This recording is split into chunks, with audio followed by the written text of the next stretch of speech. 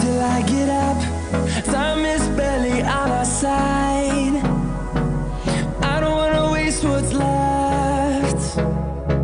The storms we chase are leading us, and love is all we'll ever trust. Yeah, no, I don't wanna waste what's left. And on we'll go, through the wastelands, through the highways, till my shadow turns to sun rays. And on we'll go, through the wastelands, through the highways, and on we'll go.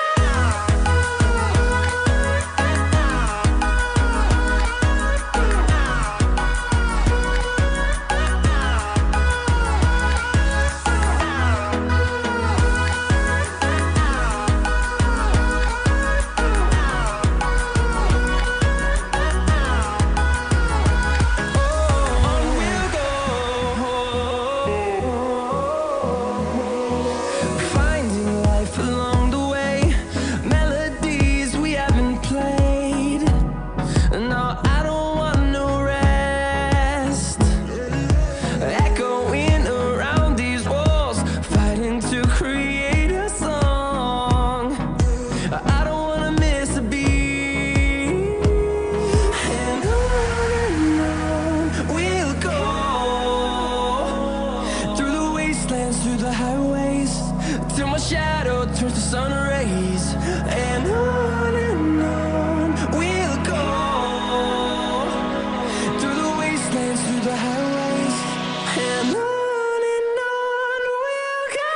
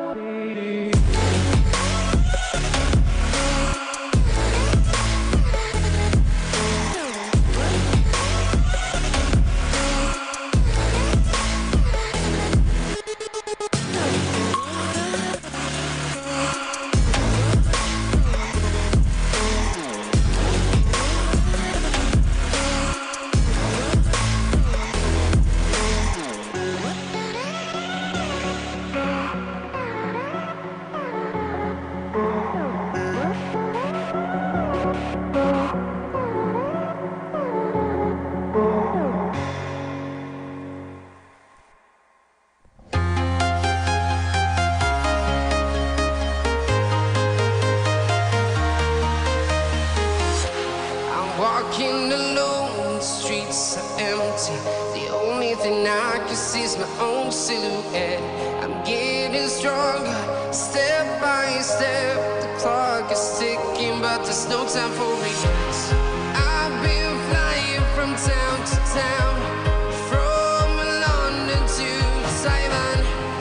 I've been all around the globe trying to protect your soul. We are heroes tonight. We will fly above the sky. We are heroes tonight.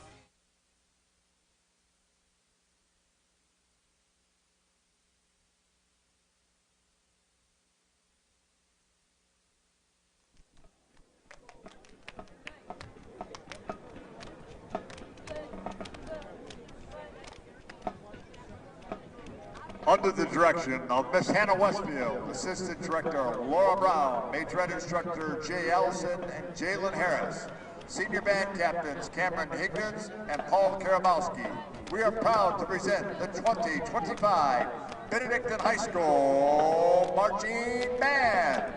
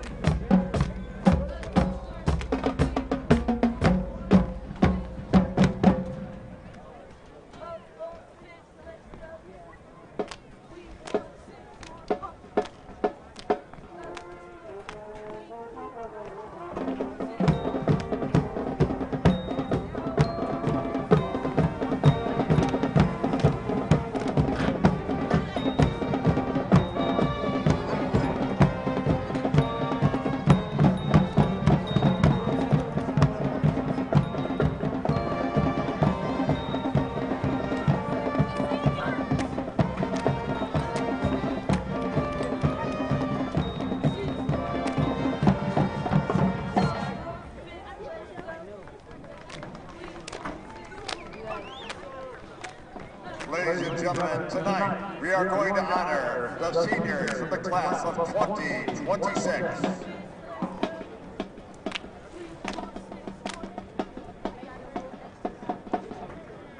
Beaumont senior Sarah Brightman is escorted by her parents Matthew and Natalie.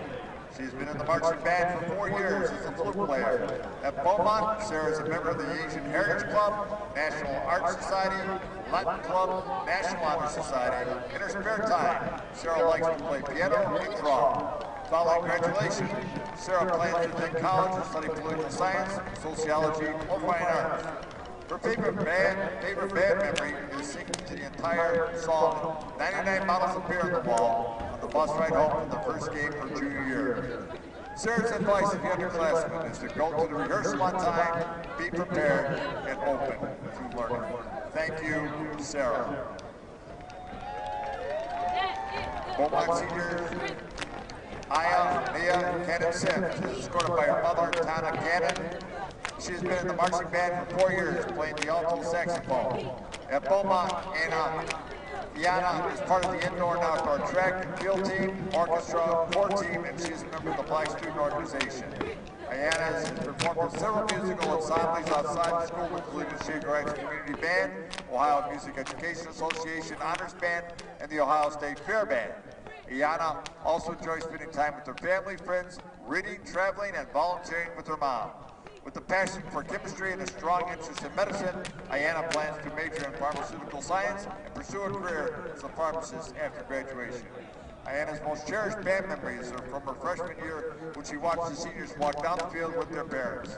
Witnessing that moment motivated her to stay in the band, driven by the desire to one day share that same experience tonight. Iana's advice to the underclassmen: don't limit yourself.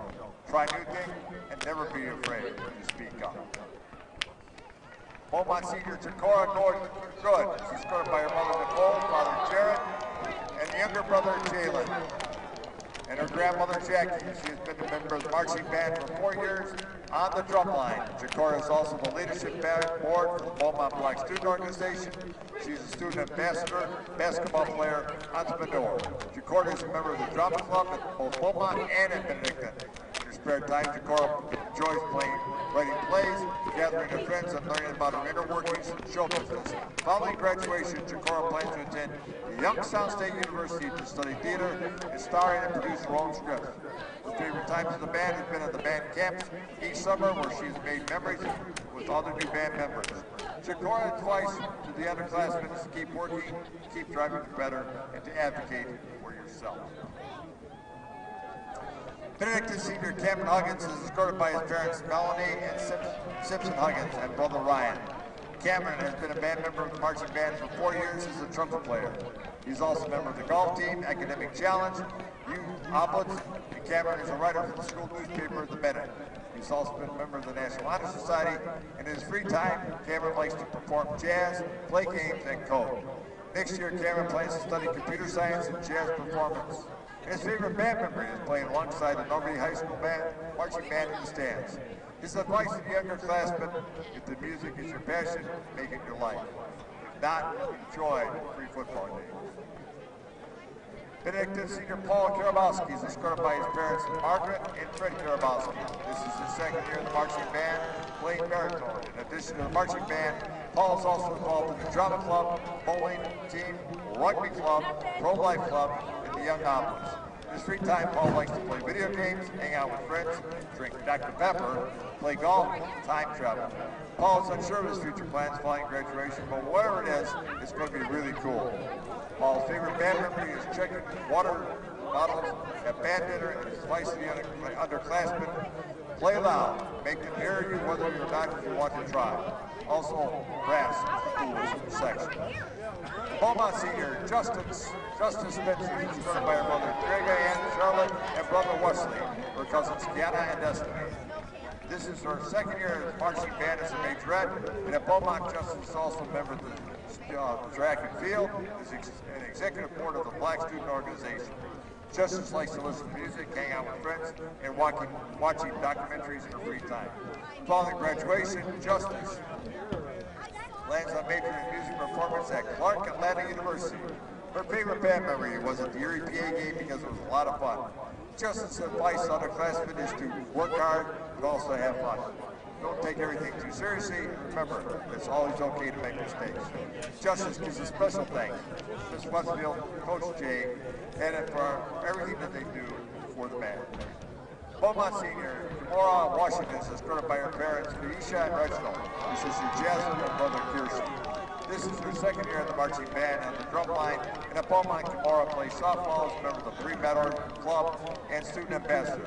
She's involved in the Black Student Organization and is also a Benedictine Drama Club, where when she's not a band or paired with schoolwork. Kimora is proudly reenacting the drama science scenes or some other musical number.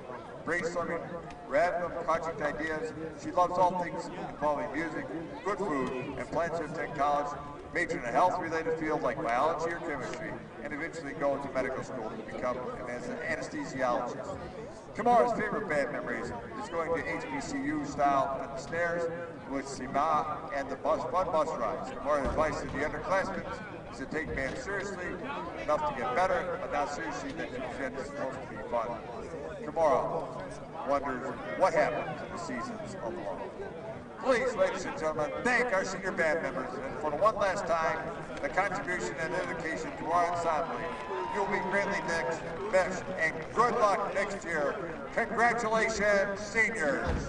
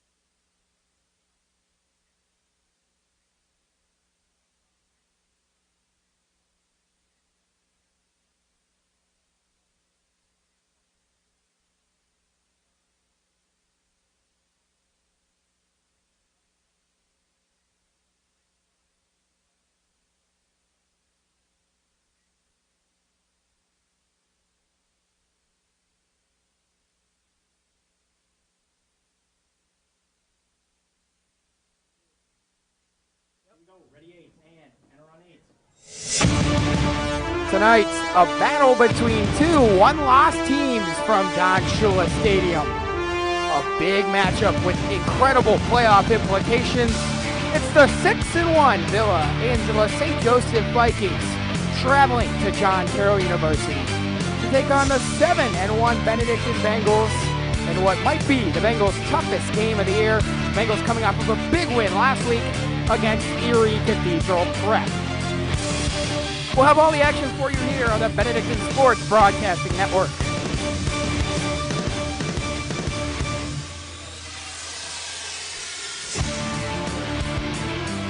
Welcome inside the broadcast booth. Alongside Luke Caducci, I'm Patrick Lloyd. So excited to be back with you. I know we missed last week, but the Bengals picked up a huge win on the road.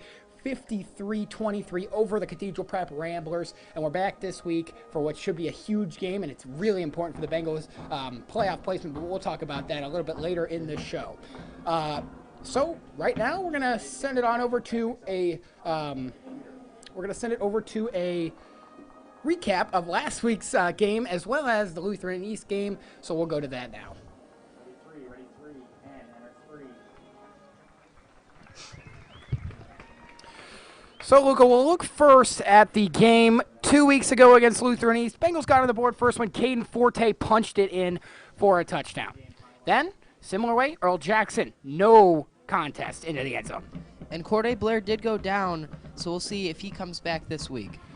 And then second quarter comes around and two very similar-looking touchdowns as well. Iacampa rolling out this time finds Sean O'Connell for his first varsity touchdown. You were very excited. And O'Connell is really getting involved in the pass game, and Iacampa looks super comfortable. And another throw on the run, this time to Spice. He makes a big hit, plows his way into the end zone for a touchdown. Altercation at halftime ends the game. Benedictine wins 28-7. Then last week, Erie Cathedral Prep. Bengals first offensive drive, get on the board first.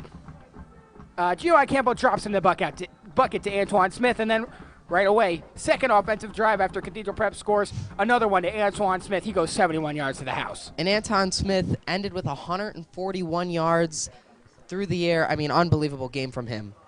Then a nice run up the middle. Caden Forte, he had a big game with 3 touchdowns. That's his first. And then we'll see right here, yet again, Caden Forte, I believe from 6 yards out this time, punches it in.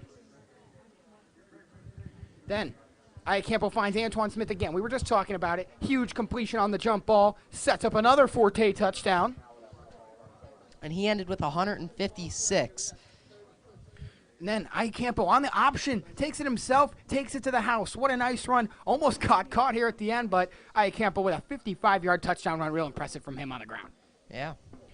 Then a little bit of trouble here for Cathedral Prep on the punt. Kellen Donnelly scoops it up and takes it for his first touchdown. Fun fact about that, that's the 3rd shortest Benedictine punt return of all time. Wow.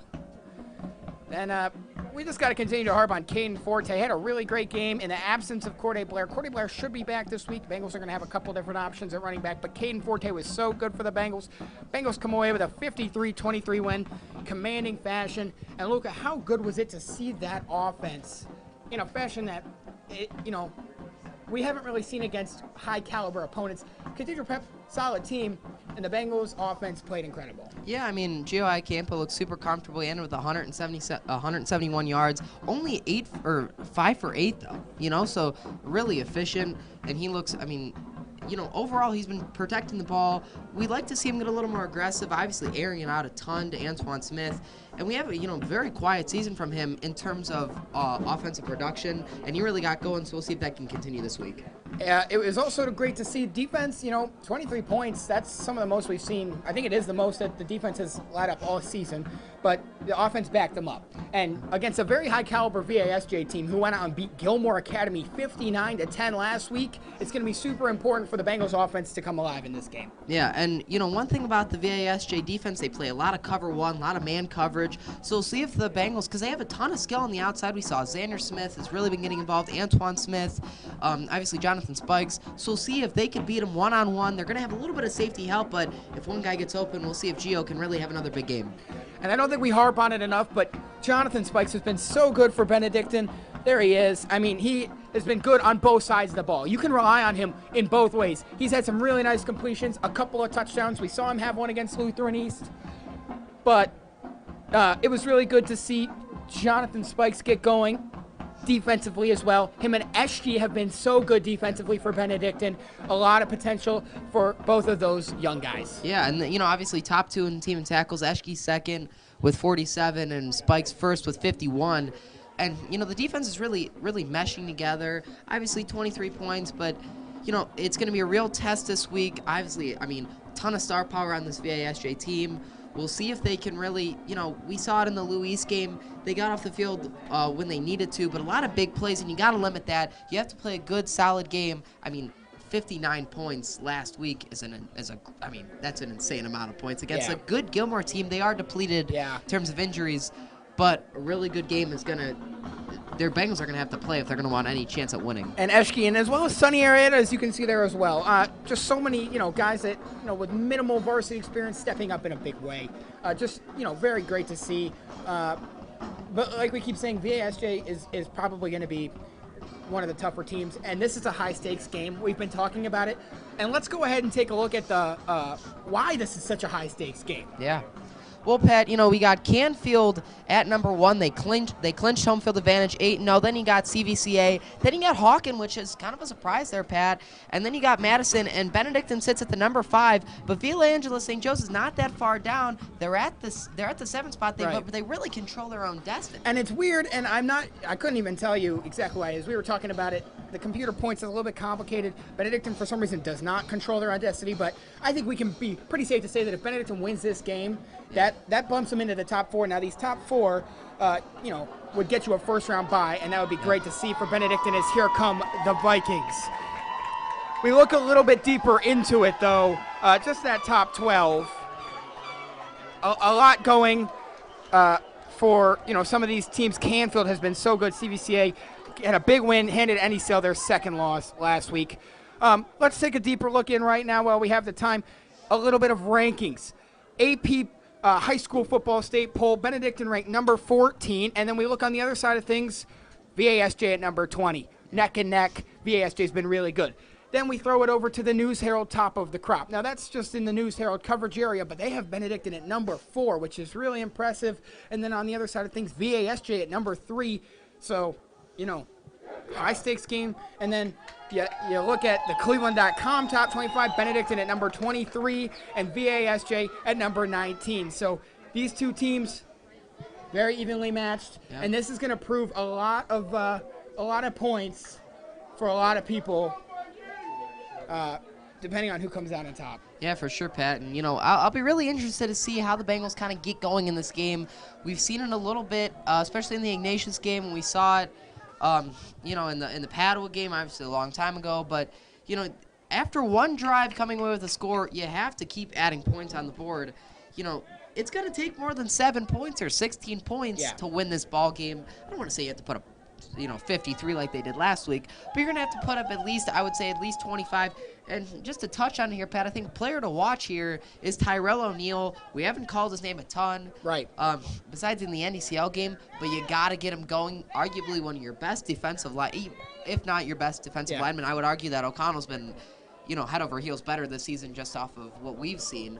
But, you got to get him going. He obviously attracts a ton of double teams because you're going to scout for the guy that's going to Toledo. But, you got to get him going. You got to get a couple big plays here. You got to think the offense comes off of a game where they were kind of cut short due to the lack of, the game against Lutheran East. A lot of young guys were going to get opportunities, and it was really, we mentioned it pregame, a momentum-building opportunity for the offense, but they didn't really get it. Last week was incredible. Yeah. They came right out the gate. They didn't play from behind in that game at all. No. It was either tied or the Bengals were in the lead. You'd love to see that continue in this game because you don't want this good VASJ team to slip away. Yeah, for sure, Pat. And, I really like how confident Iacampo's been building.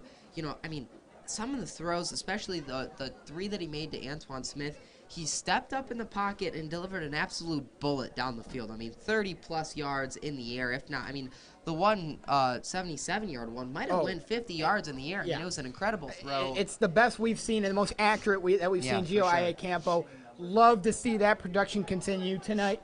And this is going to be a really big game. We're glad to be back here. I know we missed last week. Mr. Devers has said that he's willing to take all the smoke for that. So, had to give him a little bit of a shout-out. But, tough to miss that incredible game last week in Erie. But we're so happy to be back with you this week for this big game. And like we said, we keep saying, this could be the biggest game of the year. Just based purely off of the rankings. Bengals want to get a first-round bye. You got to be top 4 to do that. Bengals sitting at number 5. I think St. Vincent St. Mary next week. Bengals should take care of business, but this week is going to be the most important. For sure. VASJ looked really good last week, and I think that's going to be good for them to take that momentum into this week. Yeah, but like I said, Pat, you know what you're getting with this VASJ team. They got a couple guys with D1 offers, but the defense. I got a chance to talk to Luke Carlton down on the sideline. He said he's really confident in his guys' abilities at the skill positions to get open, and Gio Iacampo just has to keep the momentum building. They're not asking him to be Superman. They're asking him to be Gio Iacampo. And if he could do what he did last week, I think the Bengals are going to have no issue. Maybe a little bit of an issue, but not as much as an issue as some people think. And if they could get the run game going, we've seen it in the past when they can't get the run game going, they kind of collapse on offense. Yeah. You can't let that happen. We saw that in Ignatius. We saw it in Lake Catholic. Lake Catholic, yes. Yeah. Thank you. And that is just something you absolutely have to avoid because VASJ is going to put points on the board. Yeah. There's no other way to put it, Pat. And we can hear the clapping behind us, and here come the 2025 Benedictine Bengals, ready for an absolute dogfight tonight at John Carroll.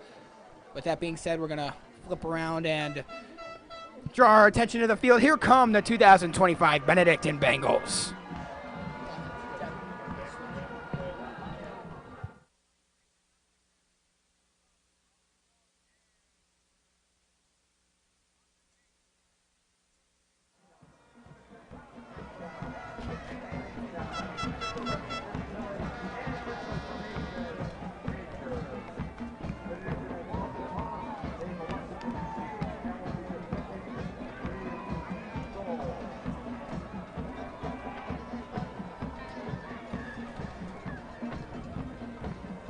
Crisp fall evening from John Carroll. Tremel Reese, Kellen Donnelly, Cam Hill will be deep for the Bengals.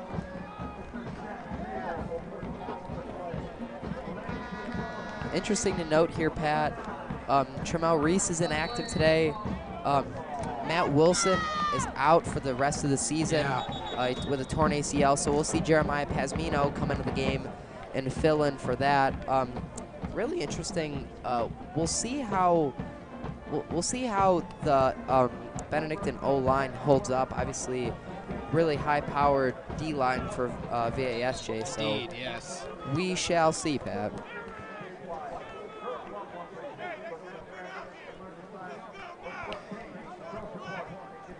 And the player to watch that we understand for VASJ is going to be number 18, D'Angelo White, the junior. He already has multiple Division I offers, and standing at 6'5", 250, he's going to be a force to be reckoned with on that VASJ on both sides of the ball. Yeah. So the Bengals are going to receive the football to start the game.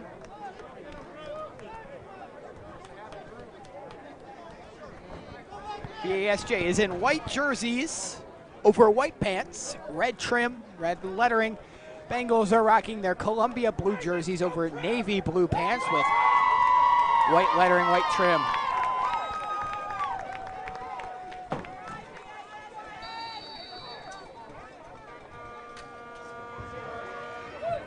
VASJ will be kicking off from left to right.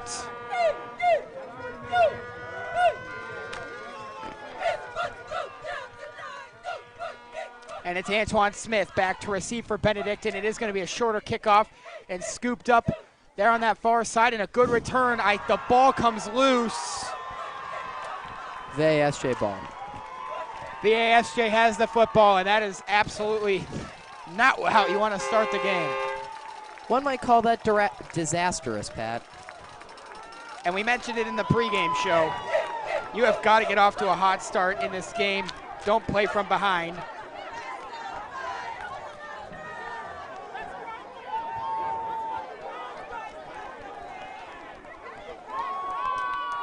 And it looked like there was a little bit of confusion with, I believe that was Forte who got the ball, but it's kind of like an in-between kick where it didn't get all the way back to Antoine Smith. It was, Eschke looked like he might get it, and then Forte picked it up, and man, that's rough.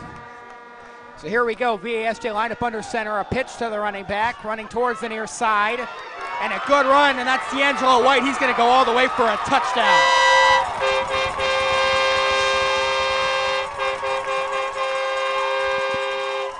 Wow. And how quickly the momentum can change for a team.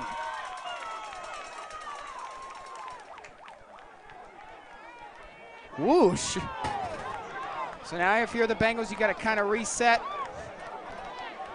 Well, that's less than ideal if you're the Bengals. We'll look at it again, a nice pitch to White. Good blocking there, and just flew right through the hole. Took it to the house. On for the PAT is number 39, Jack Sable, the junior kicker. The hold kick is good, and VASJ takes a 7-0 lead.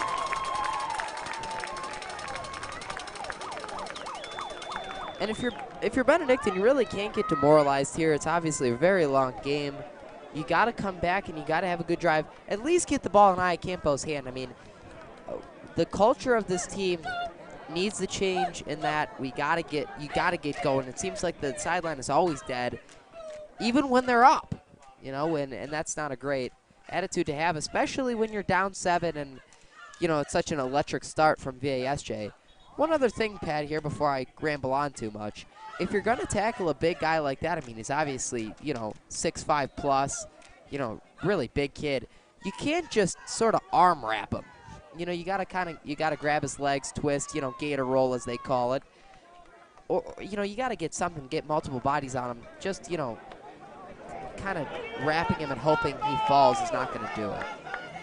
Let's hope this kickoff goes better than the last one. Forte, Smith, and that Spikes back to receive for Benedictine.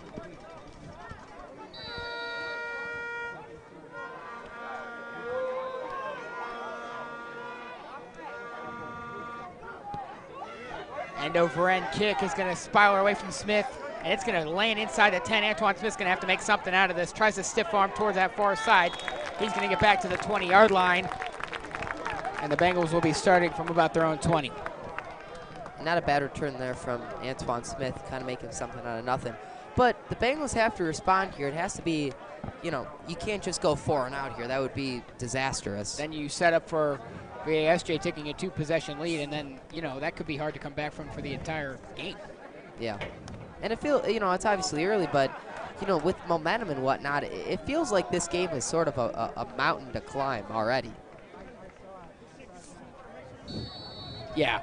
The momentum swing with that was insane. Campo's going to line up in a shotgun with Forte in the backfield. It's yes, John Jones here on the near side. The snap by Campo to throw on the run goes complete to Caden Forte. He's taken down after a pickup of about 8 or 9. And I'd like to see a lot of misdirection sort of motion. You got to see, you know, obviously what coverage they're in, but also you got to get the guys moving around. Like we mentioned, they play a ton of man. I mean, an outrageous amount of man. They rush 5, from my knowledge, of course, bad. I'm no analyst, but they rush 5 and they love to kind of just really press off the line. But I mean, with the explosive wide receivers, you would hope that they can get open on the exterior. 2nd and 3, pitch to Forte, tries to cut back in towards the middle. He is going to be taken down, but he's close to the marker. He is going to be just short. That'll set up a 3rd down. It's going to be 3rd and 1. Got to pick this up.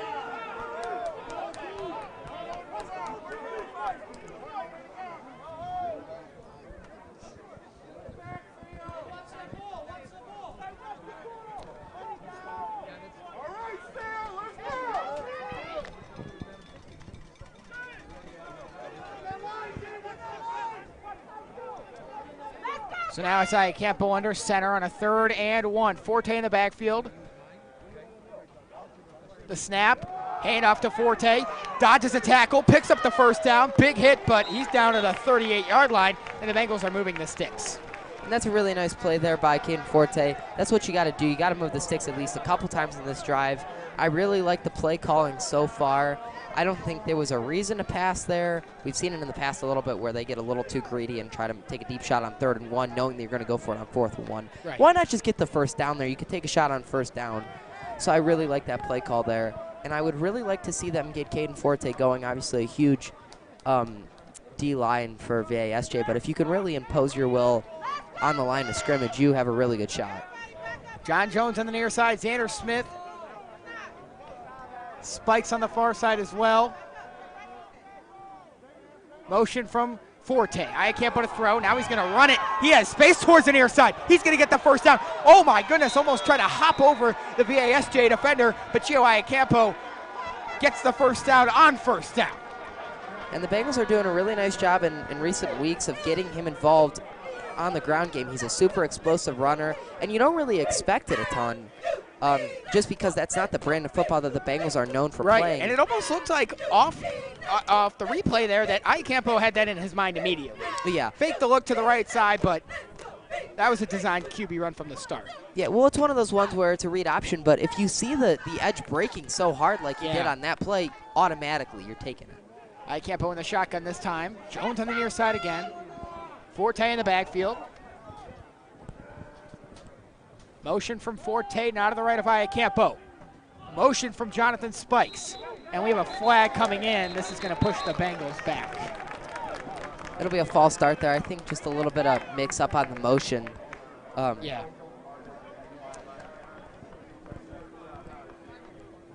And, you know, you can't let that kind of impede the momentum that you have. We've seen that in prior weeks, and it's kind of being a part of the brand that the Bengals play on offense, unfortunately speaking. But, you know, you can't let a penalty or, you know, just a play for a loss completely stunt any momentum you have on offense, because it feels like the Bengals are kind of, you know, crawling back here. On the far side, it's Xander Smith and Antoine Livingston. John Jones on the near side. Excuse me, Xander Smith. Is that what I said? Sorry if I'm wrong. Campo under center, Forte in the backfield. The snap, a handoff to Caden Forte. Has a hole, but he's wrapped up. He picks up about the penalty yardage, and that'll set up for a 2nd and 10. And we've talked about this in the past, Pat, but, you know, that's a nice design run just up the middle, trying to, you know, stay within your tackles. But, you know, to establish the run, it's not about the 10, 15, 20, 30-yard gains. Sometimes it's about just getting that 4, 5, 6 yards, setting yourself up for the downs to come. 2nd and 11. Iacampo in the shotgun. Jones here on the near side. Livingston and Xander Smith on the far side again. Forte to the left of Iacampo. The snap. This time Iacampo will throw. He'll go to Forte, but there's a man right there. Forte trying to make something. He goes backwards, and he's going to lose a ton of yardage. And that's going to make it almost an impossible 3rd and long. I'm not really certain what he was thinking on that play. I mean, Iacampo did dump it off there, but I mean, he could have gotten at least something, not lost yardage. He could have gotten a yard, and he ran 6 yards backwards. Sets up a 3rd and 22. I mean, it's a bit unreal. I mean, he might have ran 10 yards, not 10 yards, but he ran far back there. Iacampo in the shotgun again. He brings Forte to his left this time. The snap. Iacampo to throw. Rolling out to the right side. Heaves it towards the sideline. Overthrown. Intended for Xander Smith, and that's now 4th and 22.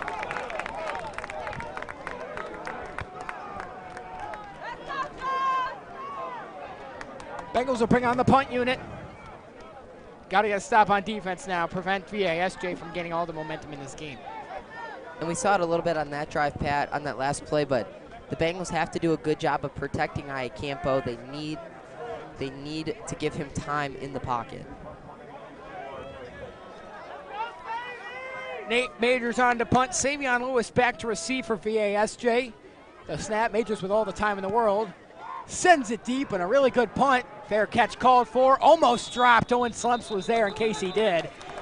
But it'll be down at the 26-yard line. And now we'll see the Bengals defense for pretty much the first time. And when VASJ scored on one play last time with D'Angelo White.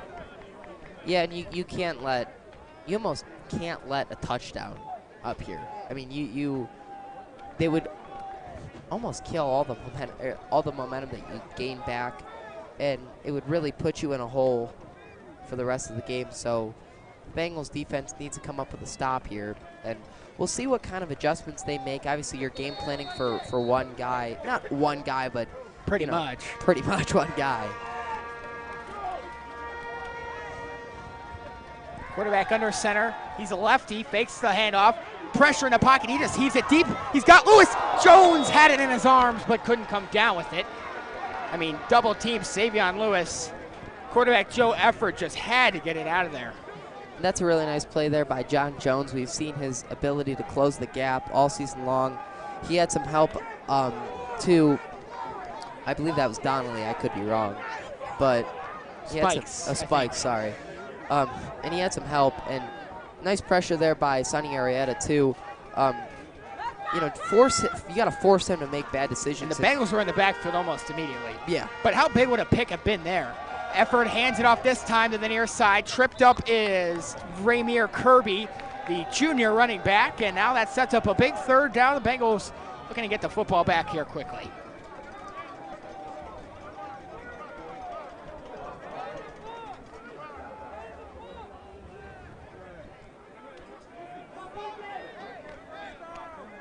And that's a nice wrap up there on the outside. 3rd and 5. Effort under center. It's Kirby in the backfield. And the Bengals jumped.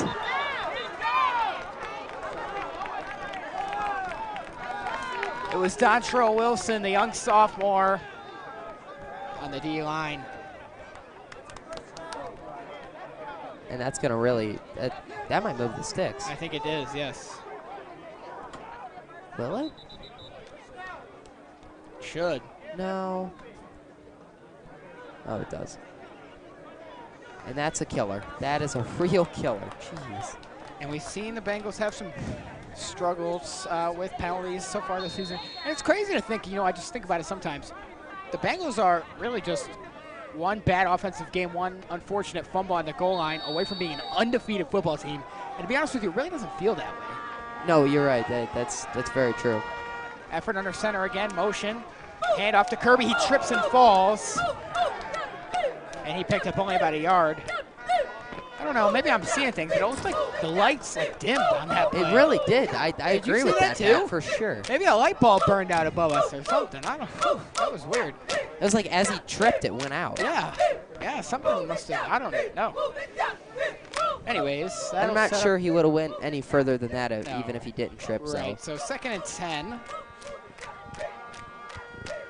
It's effort under center again. He ran into D'Angelo White.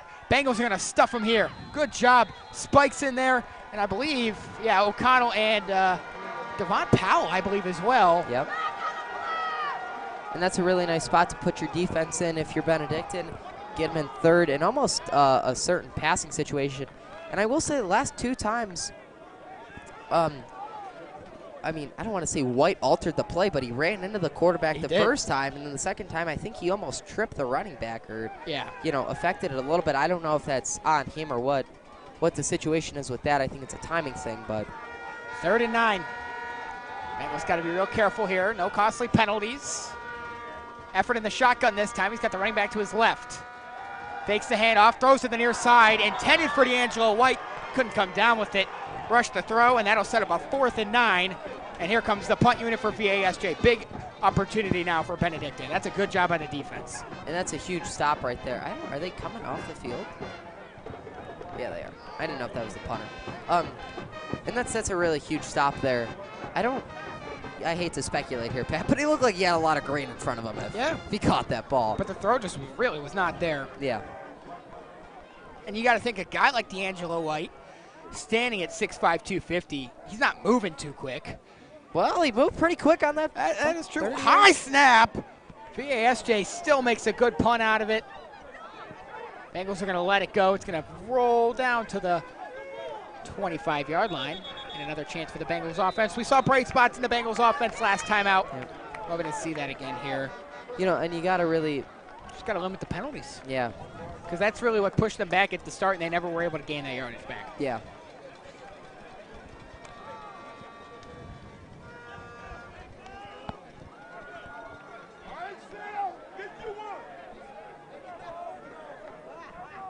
We'll see what kind of, I would like to see them kind of get a little more like quick intermediate just to get going here a little bit because, the last thing you want, I saw a stat the other day, Pat, and I don't know how true this is, but, when your quarterback gets sacked, the chances that you score a touchdown goes down by like 80% or something wacky. Yeah. Icapo's under center. The snap and a handoff to Forte. Big hit. And excuse me, that's Earl Jackson. That's my apologies. But Marcel Dixon. He got in there quick. And he got fired up after the hit on Earl Jackson. Boy, we got a train horn down here. Jeez. Wow. So only a loss of 1 on the play. That'll set up a 2nd and 11. Now they're making him come off the field. He'll be replaced by number 6, Tanachi McLean.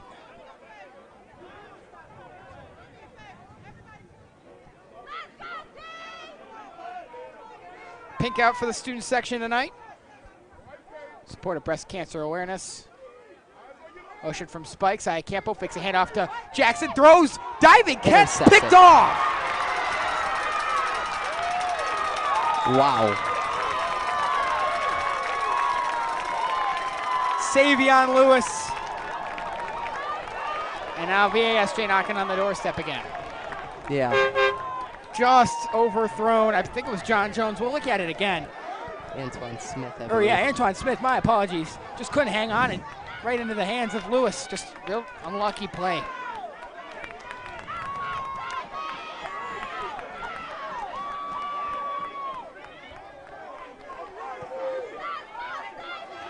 And the Bengals got to get something going here, either defensively or offensively. Even that you know, the stop on 4th down didn't really feel like there was any momentum. They got to get going. I mean, it starts with the sideline. It starts with the energy that you have. It doesn't feel like they have any right now. Effort under center. He's going to hand it off. Nice run towards the near side. Spins out of it, down inside the 5. There is a flag on the play, though, Pat. Rainier Kirby made some nice hits. We'll see if maybe a holding call. I believe it is Pat.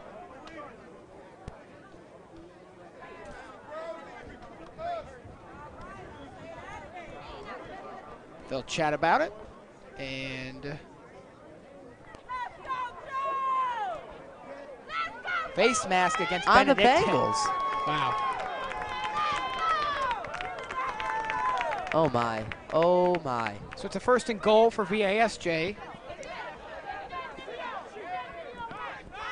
At the 2-yard line.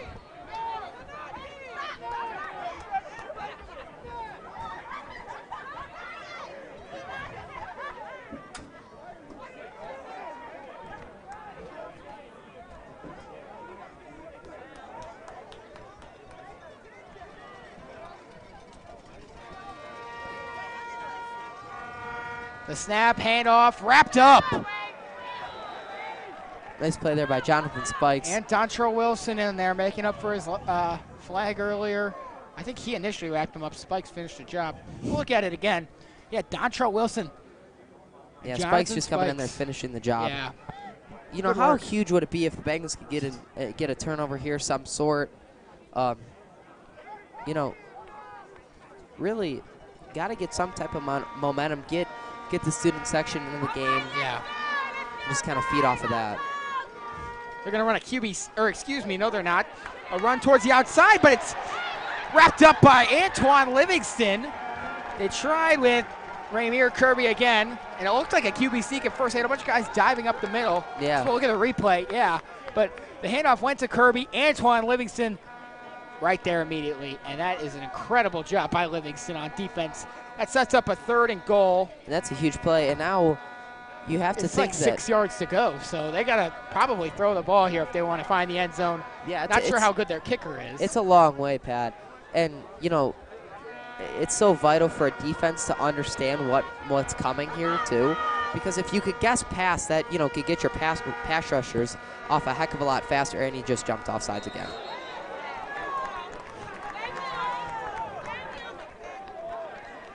Did he? I Or is believe it on so. us? Or No, on VASJ? I'm pretty sure it's on us. I think it's on VASJ. Well, we'll see. Bang out. VASJ. Okay. See, I was looking at our camera here, and I saw our guy jump, and I didn't see what happened on the other side. Thought it was us, but that's my mistake. That'll push VASJ back. It'll still be 3rd and goal. But It's 13 yards to go now. yeah, it's kind of more solidified that they might throw here. It's a pretty good chance that they might throw. I mean, I would expect so, unless they're saying, you know, we're fine with a field goal. We just want to get it closer. But at the same time, they could also try to go to D'Angelo White again. Or you think maybe you just don't want to turn it over, push it to a 2-score game. Right. You know what I mean? Yeah. And we have whistles coming in. I believe a timeout taken by VASJ.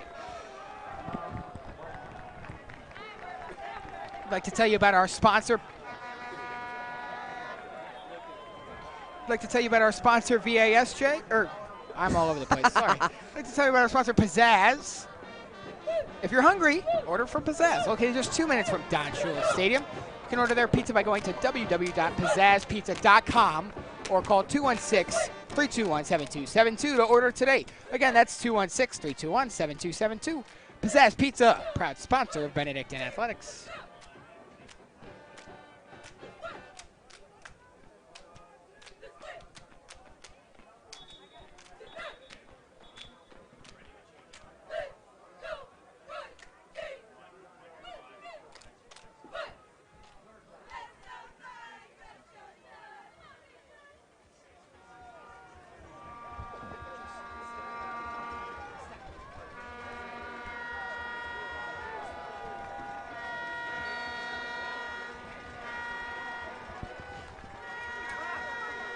Effort in the shotgun, rolls out to the far side, looks to throw. He has a man, but he overthrew him, and that'll make it 4th down.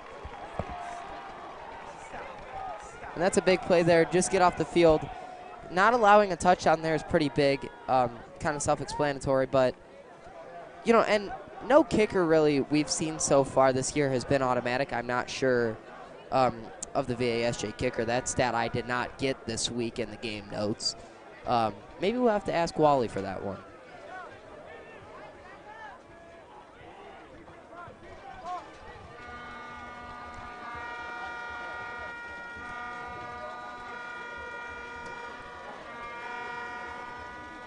A 31-yard attempt is up, but it's no good.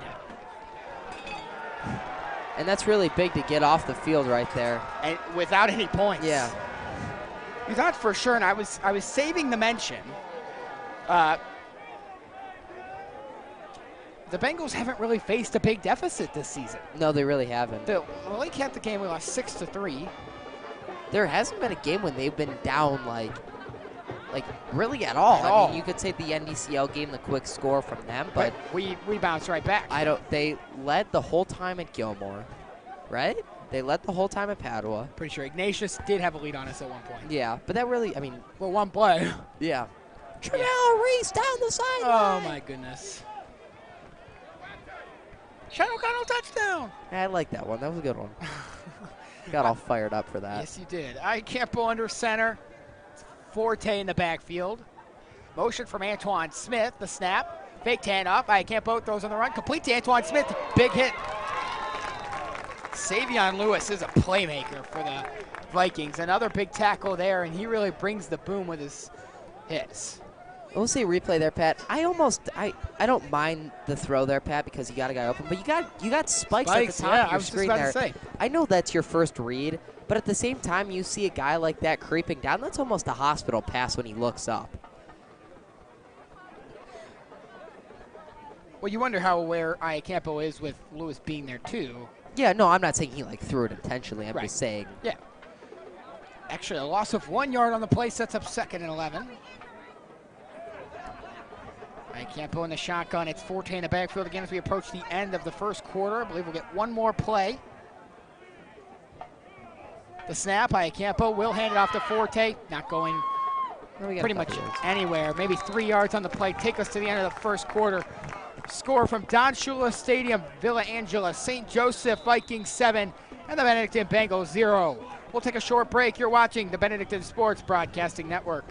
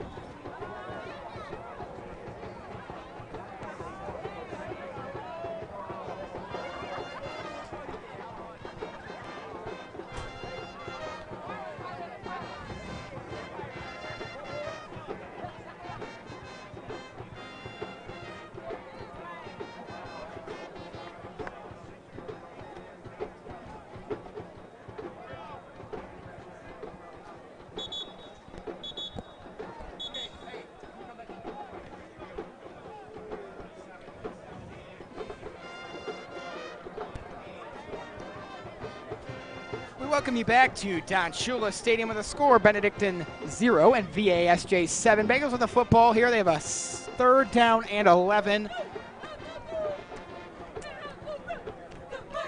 Love to get a conversion here. Yeah, you would. But the defense is keeping them in the game, and we've said that all season. And you'd love to see them sort of exploit this man-to-man defense that VASJ is sort of running, and you see the safety. They only have one safety help or overhang, whatever you want to call it. And there's definitely space deep. Yeah, for sure. Campo on the shotgun. It's Forte in the backfield again. He brings Forte to his left. The snap. Campo to throw. Goes over the middle. Just underthrown to Antoine Livingston. If you get that completion, you get a 1st down, but Bengals going to be forced to punt again now, 4th and 11.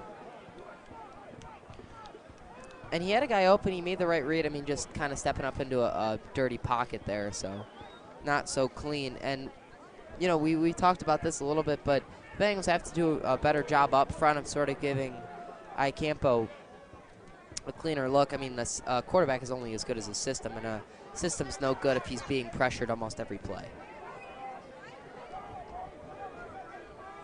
Bengals are pinned deep, so this could set up some good field position for VASJ. Back to receive is Jameer Martimus.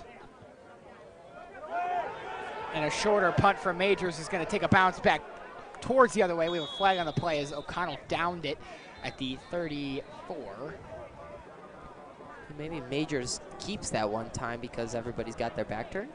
Question mark. You ever seen that play in college football when you just keep it? They just keep it. You get the ref. I think Pat McAfee might have done that one time. I believe so. I believe you're right, yeah. The one in college got called back, by the way, in case you were wondering. All right, so VASJ is going to start now at the 34-yard line of the Bengals. But the Bengals are no stranger to this situation. VASJ had a 1st and goal at the 2, and the Bengals were able to come away with no points as a ball came out. A little bit of a trouble with the snap. Still a good run by Efford. Able to recover there. He gets to the outside, picks up some decent yardage.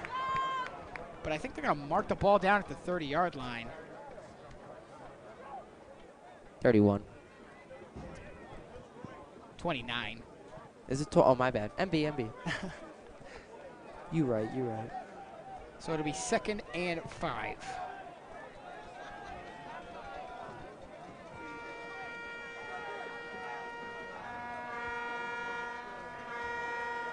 The snap, Effort hands it off. Big hit by Spikes and wrapped up by Tyrell O'Neal. Dontrell Wilson in there again, and first game we've really seen him playing a big impact all over the place. And look at how Spikes just reads this so well. I mean, he like shoots that gap. I mean, bang. I mean, he's lucky that ball doesn't. They secured it really well, but I mean, his helmet right to the ball. Tyrell O'Neal cleaned it up, and Tyrell O'Neal's done a really nice job so far today in the run game, and you like to see where that's going. Another big opportunity for the Bengals defense to get the offensive ball back. The snap, Effort, fakes a handoff, rolls to the near side, looks to throw. O'Neal's on the ground. That's not good. Throw is complete. Unbelievable at the 1-yard line, and Tyrell O'Neal is down on the field.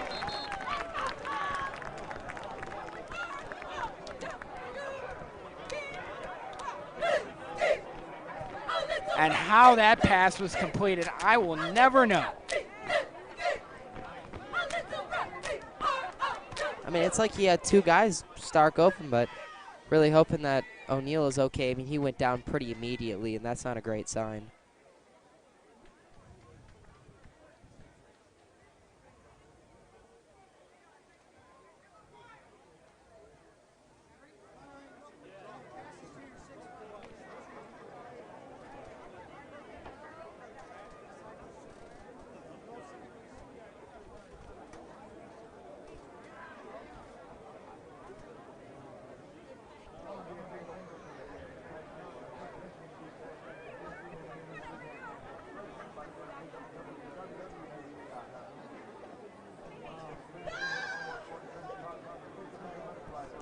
And I didn't quite see what happened on the play. It looks like something with his, as you can see right there, shoulder. We'll look at the replay of that. We'll see where O'Neal is. He just falls down right there. Effort, unbelievable that that catch was able to be made. It was made by Savion Lewis, and unbelievable. We keep calling his name. O'Neal is on his feet, but again, it looks to be something with his upper body.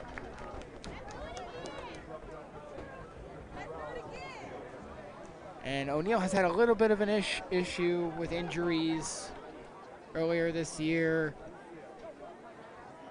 Hate to see him go out here, especially after he made a really nice play on the last play. Yeah.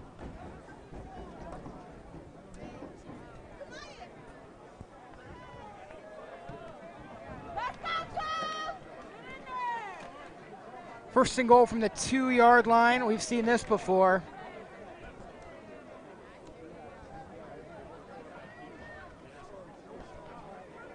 effort under center. And again, you got to hope that you get a stop here. Never mind. Right up the middle, touchdown, VASJ.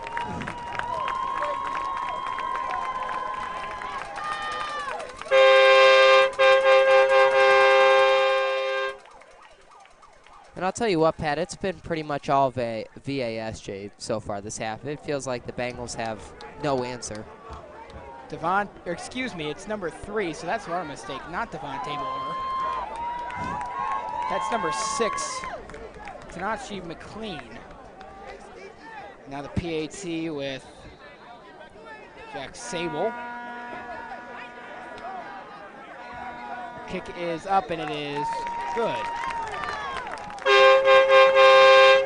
Oh my goodness, that's loud.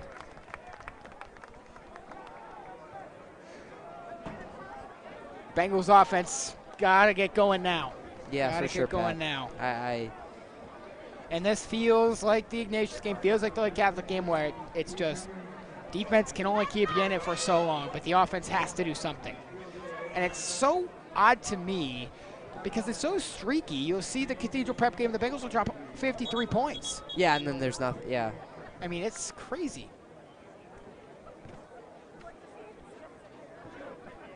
I mean, it's a little unbelievable, Pat, because I think that when you look at the Cathedral Prep game, you know, we were such a multi-dimensional sort of offense, and now you come to this game and that goes out the window and you're so one-dimensional again. And like I said, Pat, when you can't establish the run, you got to be able to change and, you know, adapt to that. And so far this season, the Bengals have not been able to do that whatsoever. And Gio Campo has had some good looks in this game. He's just a little bit off tonight. Last week he was perfect, so yeah. Hopefully he can kind of make the small adjustments he needs to and really get going tonight. Get this offense moving. Sable's kickoff. We have whistles everywhere. Flag.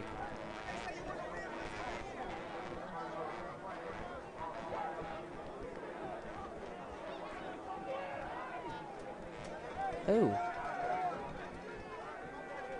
We're going to do it again? Or not sure what's going on. Looks like we will. We're going to push VASJ backwards. Never really got a call. The head referee never said anything, so. That we know of. That's true.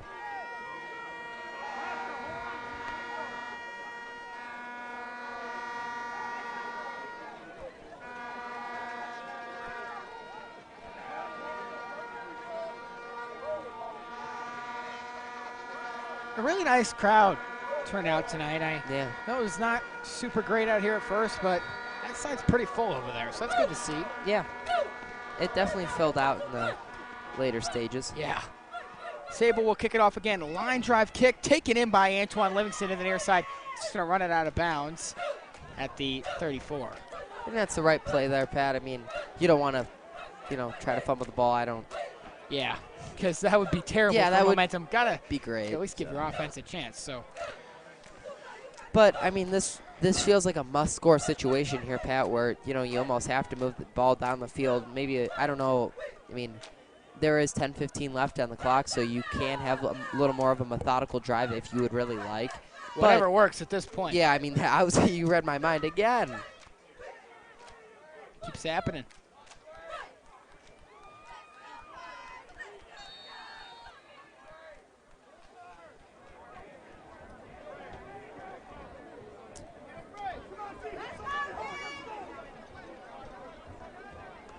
Campo is under center. It's Forte in the backfield. Xander Smith and Antoine Smith on the near side. Campo fakes the handoff, rolls to his left, and goes to Spikes, who picks up the first down. He hurdled him. It's a really nice start for the offense. And you know, you got to get the guys involved that are really going to jumpstart this offense. And there's some. Oh, there's ketchup and mustard guys down here. John Carroll kids. Yeah. But oh yeah, there's that nice hurdle on the replay. Great job by Spikes. Yeah, and I mean, I really like the play call. Campo had a ton of time, got him outside, and that's kind of the problem. Not the problem, but, you know, a way to exploit a man-to-man offense like that. All right, Campo fakes a handoff to Forte again. Pressure, just has to throw it away. A flag comes in. We'll see what this is.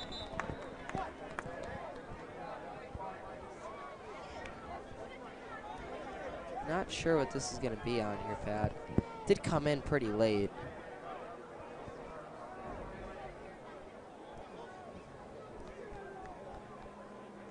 Holding on the defense. Okay.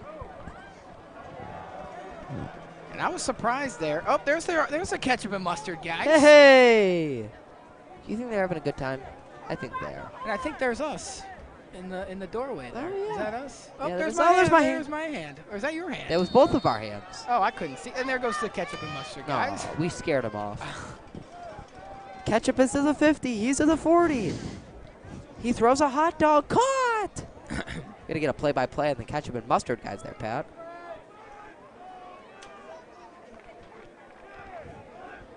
So now automatic first down, moving to 6 for Benedictine. Motion from Spikes. Campo under center, hands it off to Forte. Forte with a good run, staying on his feet, breaks through. I think he's got another first down. Indeed he does. And that's a heck of a run there by Forte. And that's kind of what happens when you establish a play action and then you get the defense on their heels and they don't know whether to guess run or guess pass. And I'll tell you what, Pat, Campo does a nice job with the play action fake. He really sells it. Absolutely. And, you know, that's kind of one of the advantages you have when you have a quarterback that can do that. And the Bengals offense, as you've mentioned, is so much more deep when they have both options through the air on the ground. Yeah, for sure. Still no Corday Blair. I would assume he's out for today. Yeah, that's what it's seeming like. Yeah. Forte out there to the right of Campo in the shotgun. Motion here from Antoine Smith. Campo, plenty of time in the pocket. Throws it over the middle. He's got Forte! He's down inside the 5 to the 1. Forte thinks he's got a touchdown, but he is going to be just short. That's a huge play. And this is the best the Bengals offense has looked tonight. And that's a heck of a throw by GOI. Campo, really confident, delivers a strike to his running back. Love to see Corday Blair. Caden Forte, I feel like you, Pat. I know. Caden Forte get involved in the passing game because he's such a dynamic back. He really is. First and goal for Benedictine. They are at the 1. And they bring in the big guy, Sean O'Connell, to play a little fullback. Hard-nosed football. Campo under center, hands it off to Forte, up the middle, dives for the pylon. I think his arm might have been down just before. We had the best look at it right here on our monitor. He's going to be down, it's like an inch to go, basically. Pretty much as close as you can get. It'll be second and goal. Here we go, Pat. Hard-nosed football. Oh, look at the replay. You'll see Forte just short on this play. Falls down right there. Tries to kind of trick the refs, sneak the football out there on the second chance, but a second and goal. Campo under center, hands it off Forte again, up the middle, diving forward. Oh, they're going to be short again. Maybe, you know, Pat, maybe a little bit of a fullback dive here with the guy Sean O'Connell. I know that's what you want to see. No, I just want to see a fullback dive. I'm a huge fullback dive guy. Get him inside the 3 fullback dive. So now a third and goal. Bengals lost some yardage there. It's going to be no, they still mark it at the 1. So. Yeah. Forward progress. Should be, at least.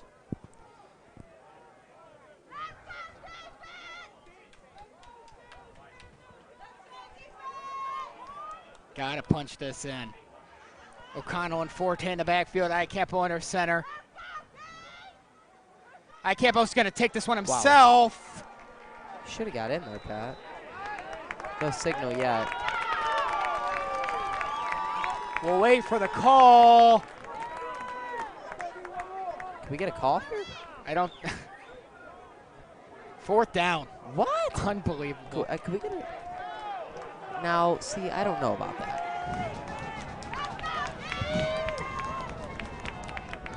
I mean, look at that. Look at that, Pat. Look at where the ball is. That is as close as you can ever get. Fullback dive. Here we go. Campo runs it in. Touchdown, Benedictine.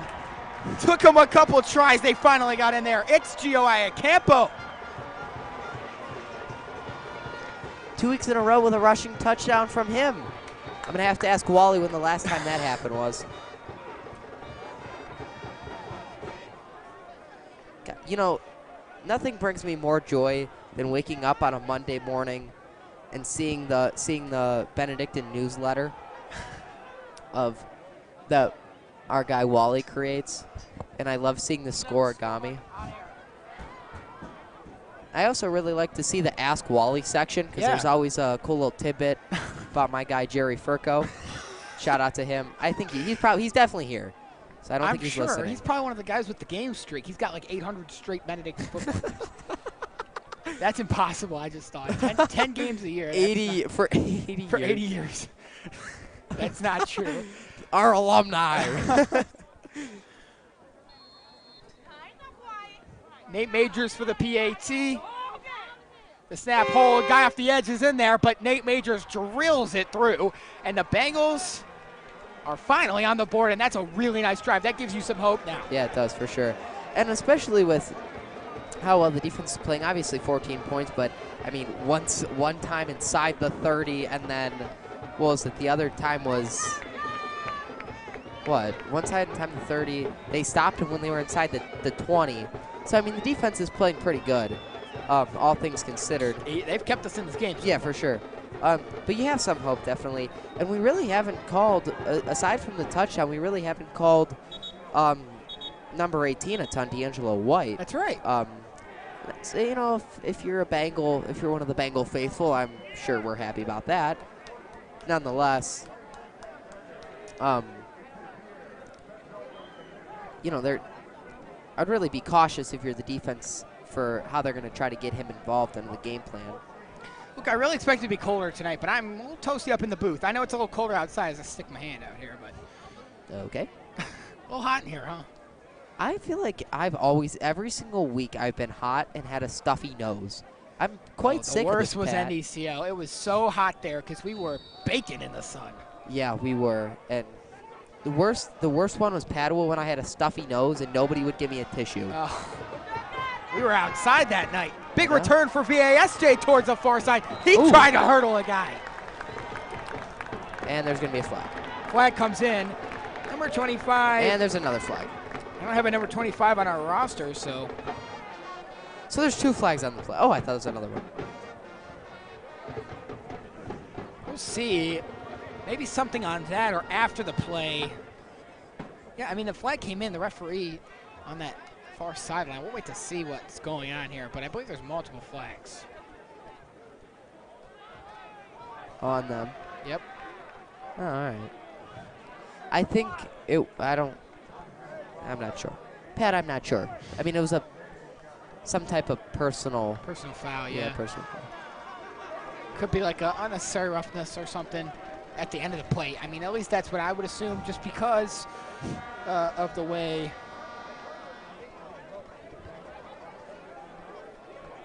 Just because of the way that the ref reacted on that far sideline. Yeah. First down for VASJ.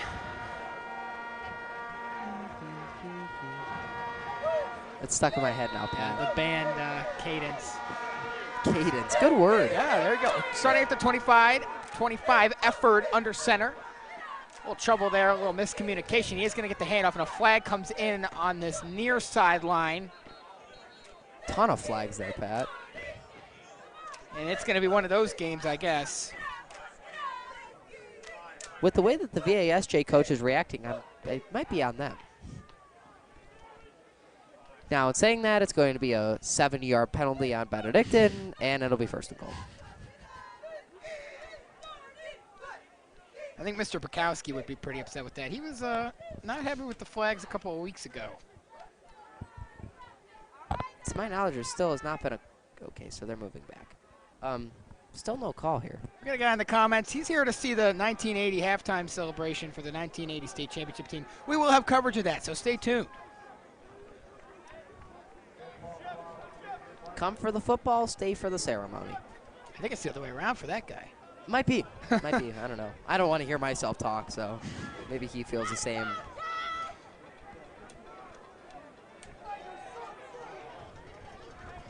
So this is going to push VASJ back considerably. It's going to be a 1st and 22.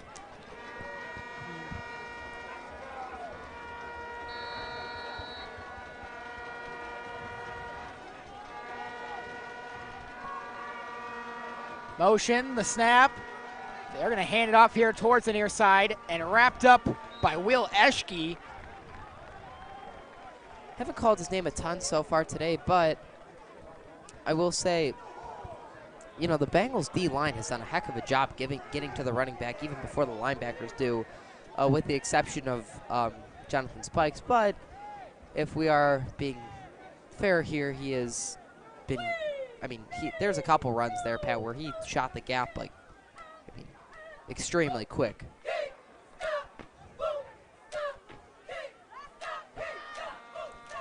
Effort in the shotgun. He's got Moore in the backfield, brings him to his right.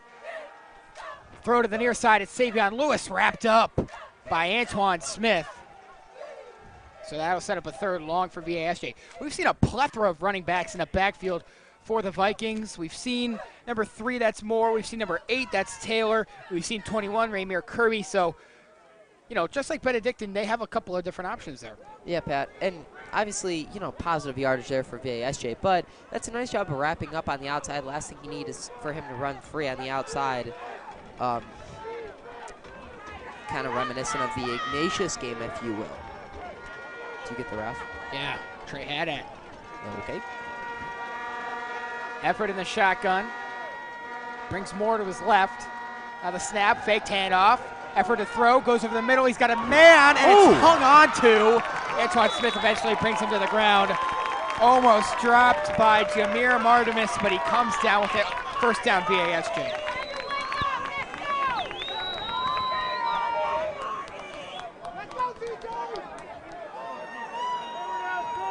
Plenty of time for the Vikings here. But you got to remember, they get the ball to start the second half, so you have to get a stop here. And another good run. That's another first down. And I got to say, you got to give credit where credit is due, and Effort has done a heck of a job. I mean, he's delivered some absolute strikes. We have a timeout taken. This time it's going to be Benedictine taking the timeout. Probably a wise decision there. Don't forget, we've got our fall open house. That's on November 2nd. The event begins with Mass at 10 a.m. in the Abbey Chapel, followed by the open house at 11. Come to see all Benedictine has to offer. Go ahead and visit cbhs.edu/admissions for more information. Thanks, Pat. You're welcome. Come see our new student commons. I know okay.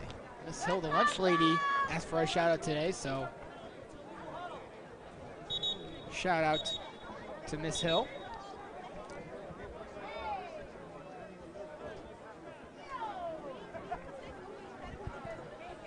Student section again. Small but mighty tonight. I feel like we say this every week, Pat. No, we've had some good ones. Feels like an every week, impressive. Every week occurrence. Maybe. Looks like they got the first there, but they're going to say it's 2nd and 2, so that's my apologies. A pitch, now backwards, Bengals. Big stiff arm. Is he still up? Somehow on his feet. It's a heck of a way to hang on to him right there, Pat. I believe that's Noma and Zekwe. Yes, it is. He's returned from injury recently, and he's made a great impact on this defense in a very positive manner. So now a 3rd and 6. Big opportunity for the defense again. Effort looks towards the sideline. He's lined up under center. Got a fullback and a running back in the backfield. The VASJ fans getting loud on this side. Looked like they jumped. We'll see. Every ref threw a flag. Are we serious? Is that the 4-way flag? That was incredible. The last time the Bengals had a 4-way flag against VASJ. That might be a first time ever. That is going to push VASJ back considerably. It's going to be a 3rd and 11 now. Makes it a little bit easier for this Bengals defense, but you got to watch. Effort most likely going to throw here. Found a guy over the middle of that last time. They've had a couple of wide open guys downfield. I feel like we're mounting questions to ask Wally now. Well, maybe he'll answer some of them. Maybe. I wonder if they're up there listening to us. I think they might be. Effort to throw. He's going to heave it deep. Antoine Smith with good coverage. Oh, my goodness. What a catch. One-handed by Savion Lewis. That was insane. What a catch.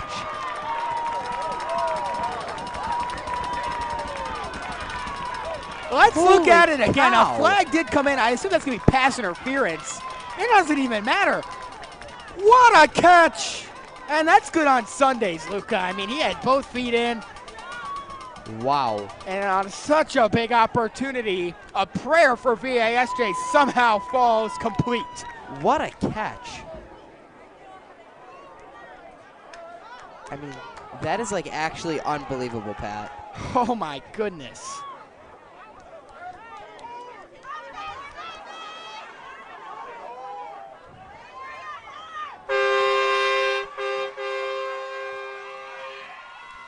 Okay. All right. It's a 1st and goal. And another nice run. That'll put him inside the 5-second and goal.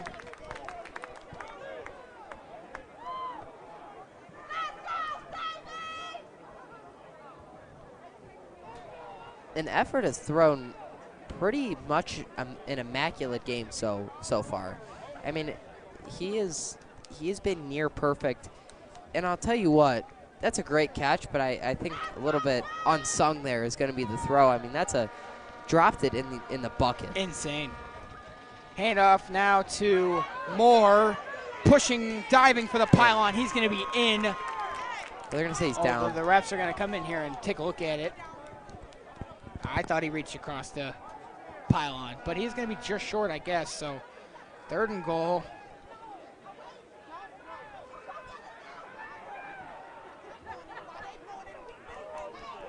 And when you almost really needed to stop because VASJ is going to get the ball to start the 2nd half.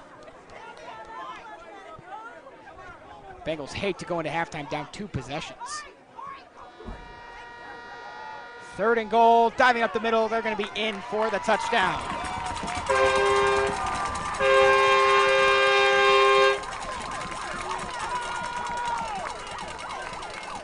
Still no. Okay, there's no.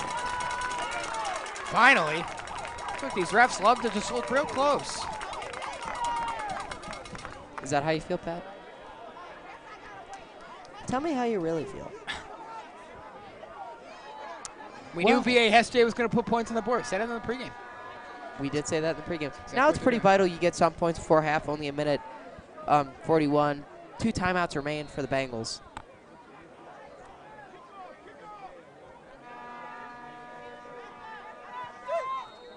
Did he make it? The kick is no good. So that could, be interesting later in this game. If you're the Bengals, you'd love to get some points on the board before the half now. It's 20-7, so a field goal puts the Bengals within 10. Yeah. So you don't mind that. No, I think it's more vital that the Bengals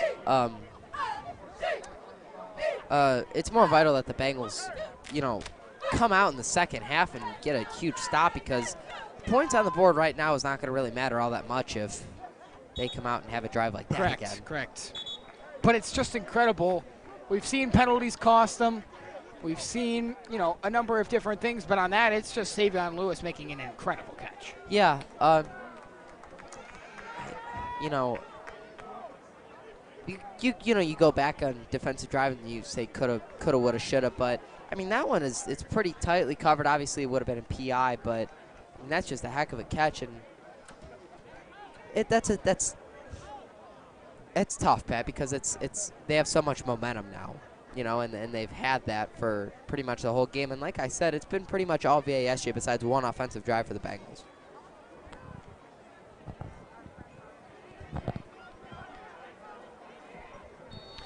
But you got to hope that after that last offensive drive for Benedictine, they are feeling themselves now, and they're going to get some offense going here. Shorter kickoff, chance for a return for Benedictine. And this is a good return. Caden Forte through the middle. One man to beat. He's going to be dragged down past the 30. But that's huge, and now a big opportunity to get Hold on, there's a points flag on the board. It'll come all the way back. I don't know where you saw the flag. There's one right there. Oh, okay. So flag's at the 40. Not sure what he saw there. I mean, he threw that really late. Was there a late hold? Oh, it's on them. Okay. All right. What a nice return. You saw the Bengals kind of bunched up on the return. Yeah. Kind of protected Forte. It was kind of hard to even tell who had the ball, and then they just kind of dispersed out. Forte had the ball, found a hole. That's a great job. Big return. Yeah, and that sets you up really, really nicely because now you could, I mean, now you have a ton of time, too, with a minute 31. Minute 31, you can work with that at the 20-yard line. Two timeouts, and, you know, you could run the ball now if you really wanted to. But we'll see. I mean, look at the outside. Top of your screen Yeah, here, I like this. Earl Jackson. or bottom of your screen. Sorry, here, not Earl Jackson. Xander Smith. Yeah, bottom of your screen. You got Earl Jackson in the backfield. They're going to hand it off to him. Ooh. Oh, he had a way to go on that outside. Trips and falls. Not going to be too much of a pickup there. Second down. And we've seen this matchup on the outside pretty much the whole game as we're going to get another look at this run. Just kind of trips on B. Rose, I want to say. Yeah, that is what happened. But watch on the outside. Is that Nick Vitt into the game? Not Nick Vitt, Or but Anthony Vittonio. Anthony Vittonio's in the game. How you Anthony doing? Vittonio. My mom always asks me if he ever gets in the game. And, Mom, there you go. Anthony Vitt in the game. You did say Nick Vitt at first. I know. Well, it's his brother's name, and I get him confused sometimes. It's my Earl bad. Jackson to my the left bad. to Iacampo. Iacampo to throw. Far side. Overthrow, but a flag comes in. John Jones. Careful. Don't want A unsportsmanlike conduct, but that should be a pass interference. And that looks like last year when Strongsville first was looking for J.J. Baldwin. And that was incredible, but we're just talking about that pregame. A little bit of news we have from our guy on the sideline, Will Milan, just talked to Tyrell O'Neal. He does have a dislocated shoulder, so he will be out the entire game. So, you know, a position that you have to fill. And I believe Vittonio is filling in for Pazmino. Yeah, Pazmino. So I'm not sure Getting a rest. if he's banged up or maybe just want to get a different look out there. Will Milan, photographer turned sideline reporter. Yeah, well, he told us about the Luke Carlton injury, and he was wrong. Oh, my goodness. Well, we should get the kid a mic down there. You know, I really wish we could do sideline interviews. Send it down to the All-American guy, Will Milan. Do you get the ref or no? Sort of. Gus Johnson. Yeah, I got the okay. Gus. I knew it was Gus Johnson. I just don't know specifically the instance. Well, when he, like, sends it down to his sideline reporter, he goes, the All-American Okay, girl. I gotcha. You know, just Earl Jackson to the left to Iacampo in the shotgun. He's going to try and throw again, but whistles and flags come in. At least I think so. Yeah. Okay, there was a flag. That But shit's it looks gonna like be it might have been against VASJ here. false No. start. No. So that's going to push the Bengals back. A little bit. And now there's only 38 seconds left. Wow.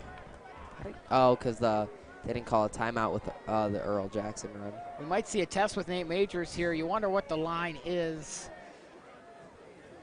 I mean, I trusted Nate from right here. I would say so. This is probably fair. I think it's pretty fair to say that you want a touchdown here, but I don't think that you want to get too like overly greedy. Yeah. And turn the ball over. And now you wonder, this is quite a few plays without Forte on the field. They're sticking with Earl Jackson. Yeah, I think Forte just a little out of breath from the Right. return. Because he was fine. He ran off the field, I mean. Now we're just standing here. Not sure what's going on. Okay. I think the clock or the scoreboard, that's what they're looking up at. Total. Antoine Smith and Xander Smith look like us up here in the booth. Hands on the hips. Okay, let's play some football. 39 seconds on the clock now. They added one. Not sure what difference that makes. Hey. First and 15. Ooh, bad snap. Iacampo, low snap. Tries to go over the top again. Caught by John Jones. Touchdown, Benedictine. What a catch by John Jones, and the Bengals with a huge score here. That's a Low great snap, pitch and Iacampo with a catch. beautiful throw. John Jones over the head of Ronnie Taylor, and we've got ourselves a ball game. And I love that they're exploiting the man-to-man coverage. That's what you got to do. I mean, that's just a heck of a play there.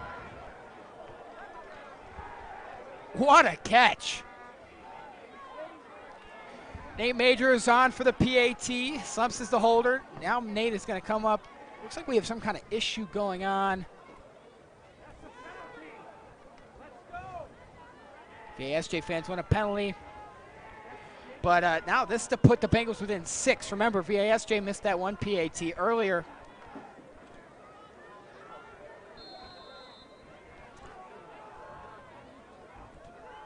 The snap, Slumps his hold, kick is up, and it is good. And that's very unsportsmanlike by the VASJ fans, blowing the horn while Benedictine's kicking the football. That's pretty bush league. Don't right love there. to see that, but, you know, what are you going to do? But, you know, just had to call out. That's what that was. Yeah, that's... Nice job by Anthony Vitt on the line. Yay! Got to give him a shout out.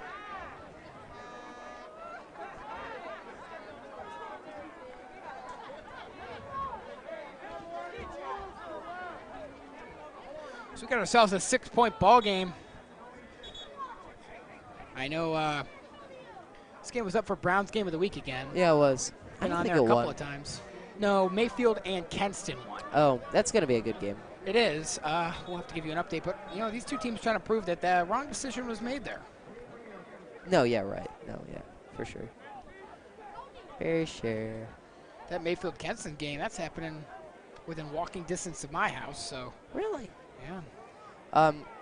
I got note from my sources at Padua that it's a blowout there, too, so. Who are they playing? I believe CVCA. Oh, CVCA, very good. Very good year they're having. Well, we'll kind of update you on the scores around the league. I know we're coming up on halftime. Got to find these scores. We're getting all the irrelevant ones. Nordonian Hudson tied at 7 in the third. Riverside up big on North. Avon up 21-9 on Avon Lake. Who is the return man? And there he goes. Got to get him out of bounds. Nate Majors can't make it happen. Finally taken out of bounds. I couldn't tell who that was. And as soon as the Bengals get momentum, it feels like they lose it. It really ACL does. up 31-14 on Elyria Catholic. Lake Catholic up 28-7 on Holy Name. Hawken and Harvey. If Hawken falls tonight, That would be big. that would be big for us. It's 28-20 in the third quarter. We're rooting for Harvey there for sure. CVCA 21, Padua 0 in the second. Walsh up 44-0 on St. Vincent St. Mary at the half. Wow. Chardon and Willoughby South in a battle, 2017 in the third. All right, VASJ is going to have 25 seconds to work with. Efford will throw towards the near side. It's the big guy, but dragged to the ground. Noma and Zekwe takes down D'Angelo White. Not easy by any means. No, but he made had the to play. wrestle him down there, Pat. And he pretty much did it single-handedly. Yeah. Get fired up, Noma. There we go. Looks like a timeout was taken. Apologies, I missed that. Yep. It's going to be a VASJ timeout. They have 1 left. The Bengals with 2 left. We'll tell you about our Bengal for a day. You can sign up now for our Shadow Days, HSPT prep courses, and the HSPT tests. For more information, visit cbhs.edu/admissions. Well said, Pat. Thanks. Do you have those written on a sheet, or you just... No, right off the dome. All right. No, yeah, right, for sure. For sure.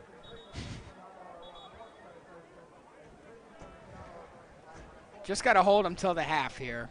Pretty much, We Pat. know the kicker isn't incredible. They only have 1 timeout, though, and 19 seconds. So you obviously, like, something can happen here. I'm not ruling anything out. But I think that would be a pretty big disappointment if you allow something to happen. 2nd and 13. Effort under center. Motion. Whistles come in. And a timeout taken this time by Benedictine. So we'll tell you about our basketball camp. There's still time to sign up, but it's coming up soon. You can join Coach Winston Grace and his staff for the Bengals basketball fall training camp. Campus for grades 5 through 8 will take place inside Truman Memorial Fieldhouse on October 20th and 21st from 6 to 7:30 p.m. For more information on how to register, visit cbhs.edu/admissions. Highly encourage it. I know the first basketball camp was a big success. So, very excited to have Coach Grays at Benedictine. So excited for basketball season. I just saw somebody on Instagram predicted top 20 finish in D4 for the basketball team. We'll see. Okay. Top 25, that seems Top like... 20. Oh, sorry. Yeah. Top 20 seems a little... Is that high?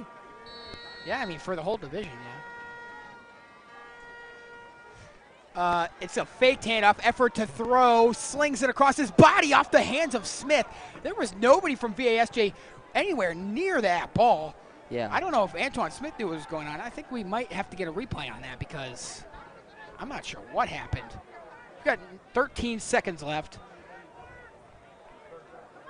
And it's going to be a 3rd down and 13.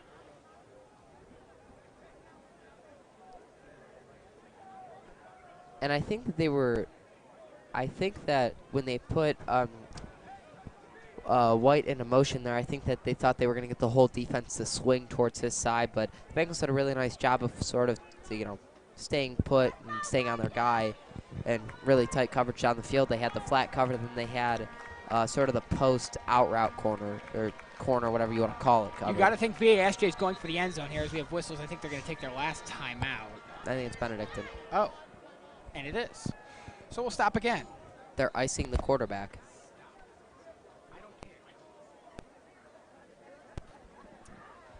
Okay. So it'll be 1 timeout left for VASJ, none for the Bengals. We're out of ads, so. Let me tell you about the WBHS podcast. I'm just kidding. I'm pulling everybody's leg. WBHS podcast hasn't had an episode in a while. Well, that's because my co-host Lou Carlton has been out, so have not been able to produce one. So the podcast is only as strong as both members. That is true. When one member goes down, I can't really talk to myself. Well, I guess I could, but just kind of did right now. A little scary. Pat Lloyd's little brother Matthew really liked that joke. Hilarious. Not so much everybody else. Yeah, no, Crickets. Anyways, 3rd and 13. Bengals got to hold on for 13 seconds. Take this game to the half. Got to think they're shooting for the end zone. Bengals do have guys deep. He's going to try for the near side, and it is picked up by Antoine Smith. A flag comes in. He's going to just go out of bounds. Hope this isn't a pass interference. We'll wait for a call. Be. And Antoine Smith is now hobbling off the field. It's going to be a pass interference there. VASJ player down. And Antoine Smith staying on the field. He's just limping around. I don't know if he's good to stay. Oh, okay. Now he looks okay. Oh, okay. VASJ player seems to be all right as well.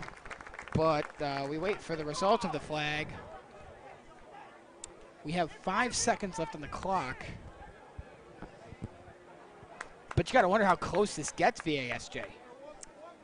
It should be. Is it from the spot of the foul? No, I don't think so. Well, they're going from the spot of the foul, Pat. Are they really?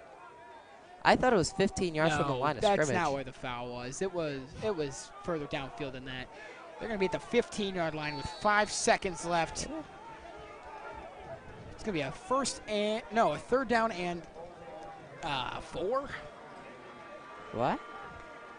No, they're going to kick it, Pat. Oh, what? Okay. They're kicking a field goal here. All right. A lot of moving parts here, Pat. Yeah, absolutely. It's Jack Sable. Snap. Trouble with it. Bengals scoop it up. Oh, no. Somebody get the football. Where is it going? Out of bounds, and that'll take us to halftime. Unbelievable.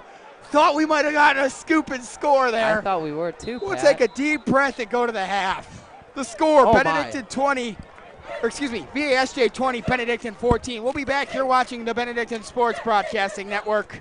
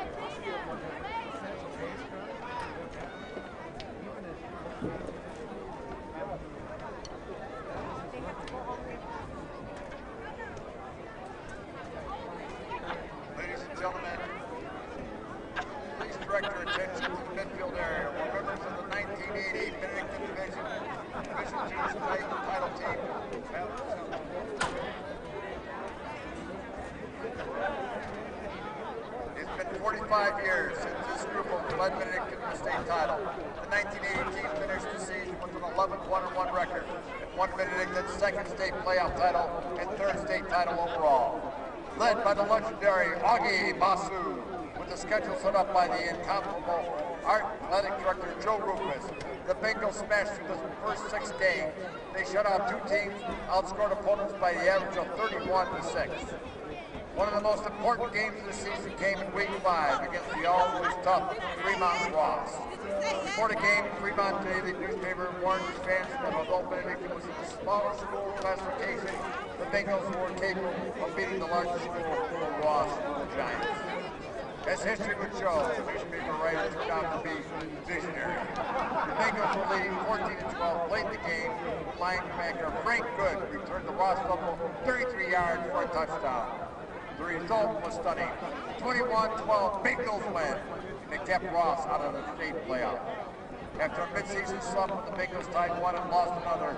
They finished strong, taking that momentum into the playoff. Once there, the Bengals showed that they could win a high-scoring game or a defensive struggle.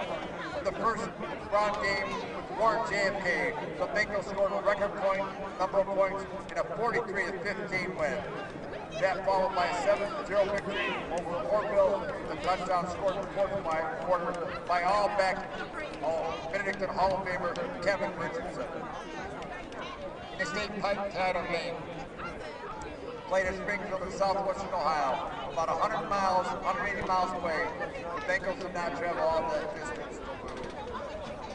The team defeated Hamilton Maiden 9-3, completely shutting down the Rams offense that had been averaging 32.5 points per game.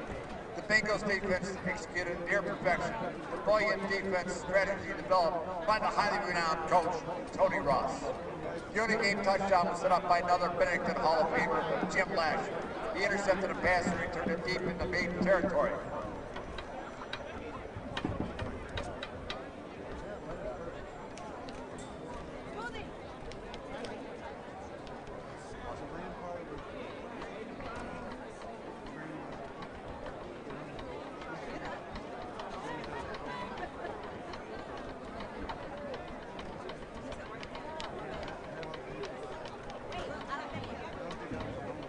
Ladies and gentlemen, let's try that one more time.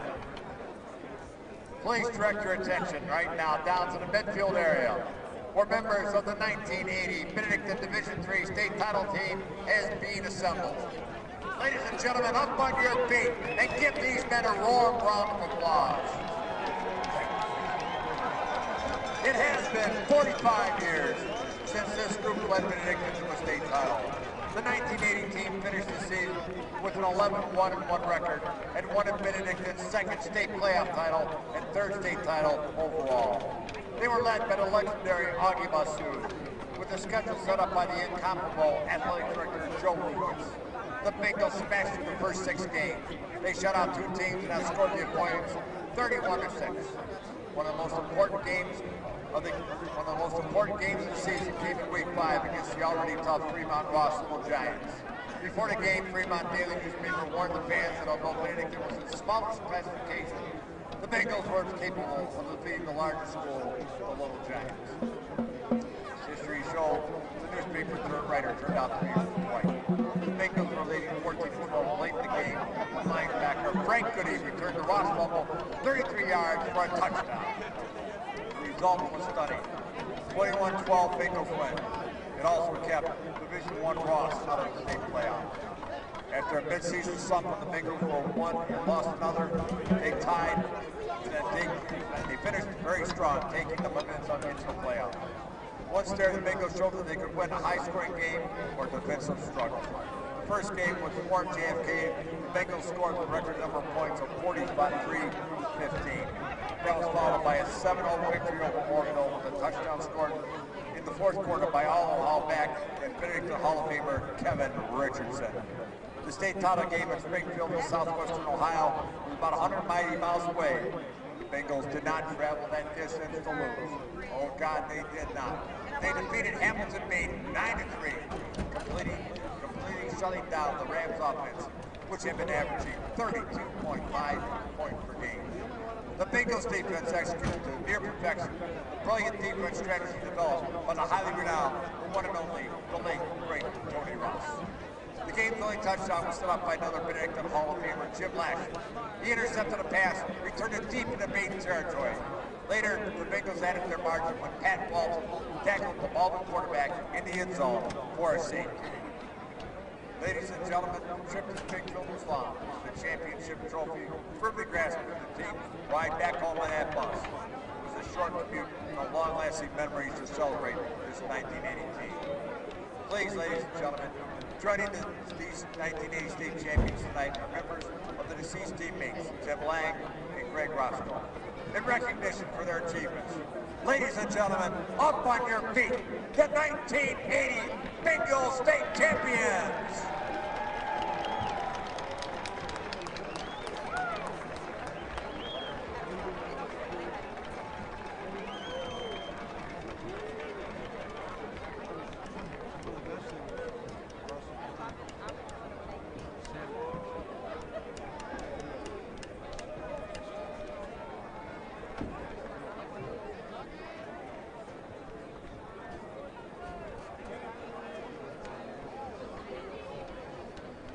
Okay, now, ladies and gentlemen, once again, under the direction of Miss Hannah Westfield, Assistant Director Laura Brown, Major Ed Instructors Jay Ellison, Jalen Harris, and Senior Band Captains Cameron Hugnans and Paul Karabowski, we are proud to present the 2025 Benedictine High School Marching Band.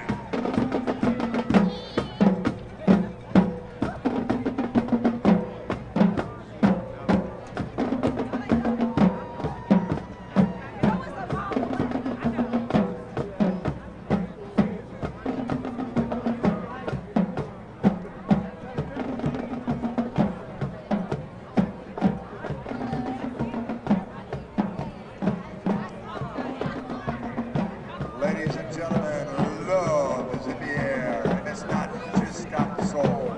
The Benedictine Band invites you to feel the smooth sounds, the heartfelt groove, the classic soul, and disco legends with the theme entitled Soul and Love. We open tonight with a masterpiece that topped the charts in 1969 and was launched with the legendary career of the one Michael Jackson. Here's I Want You Back by the Jackson 5.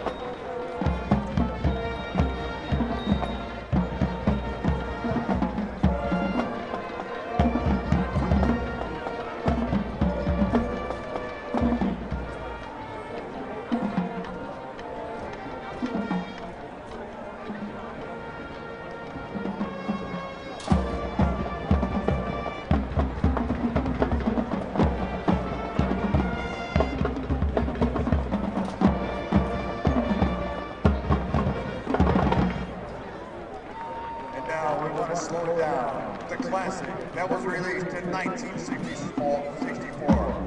The smooth harmonies, sweet lyrics, and that unforgettable opening bass line. Written by Mr. Smokey Robinson, became the Temptations' #1 first hit, the Billboard Top 100, the Tireless Child, My Girl by the Temptations.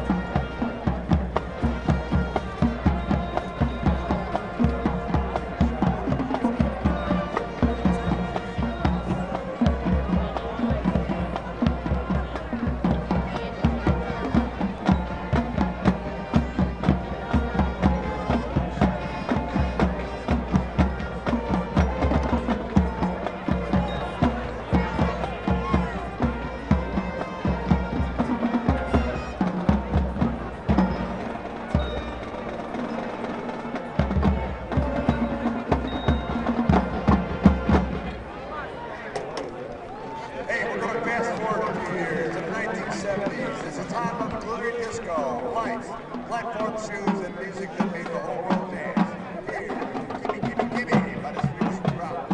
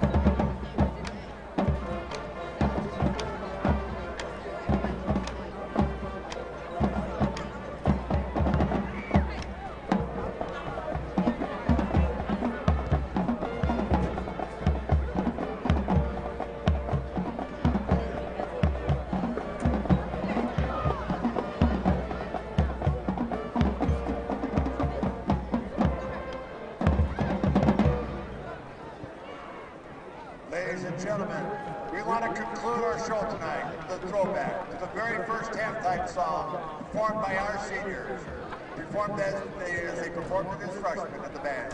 Here's one of the most unforgettable hits of the 1980s, Tommy Two Toes Classic, which sparked the trend of calling 867-5309 as Virginia. Please welcome to the podium band senior Chakora Good to conduct our final song for this evening. Ladies and gentlemen, Mr. Chakora Good.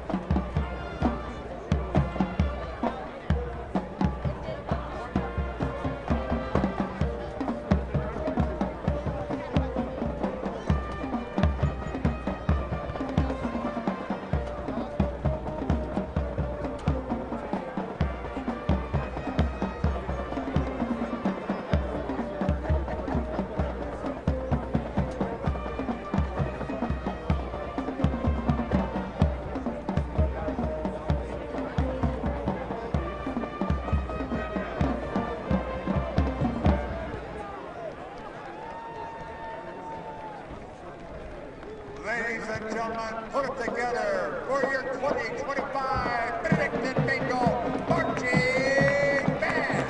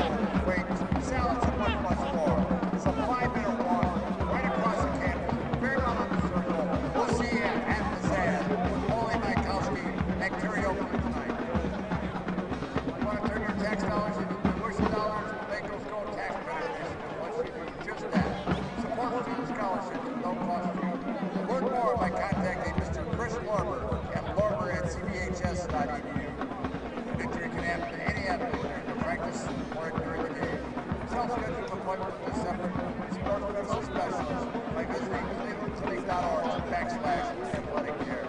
And if you're looking to follow all things, follow the John Carroll Athletics. Download the John Carroll app and get there today.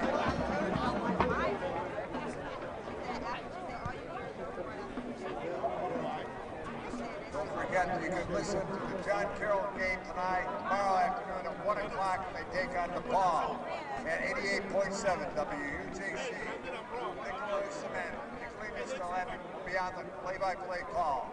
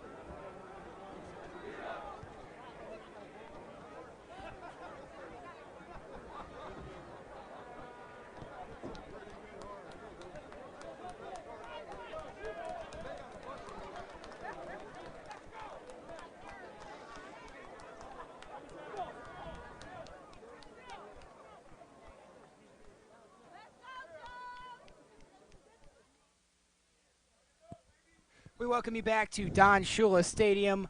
Back inside the booth here, alongside Luca Bucci. I'm Patrick Lloyd. Scored at halftime, Bengals trail by 6. VASJ getting the ball to start this half.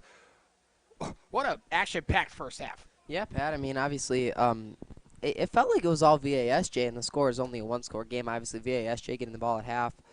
But 20-14 is not really that bad. The Bengals are very much into this game. Defense coming up with a stop. I thought they were going to scoop and score for the touchdown. Yeah, but me too. A little bit of slippery ball there, so couldn't pick it up. So big for the Bengals defense to come out here, get a stop, and then hopefully score. Missed PAT by VASJ could be really crucial in this game. Yeah, for sure, Pat. And we saw this kind of in the Gilmore game. Obviously, I hope the Bengals aren't on the side of Gilmore in this case. But, exactly. You know, I really like the way the defense has been holding up.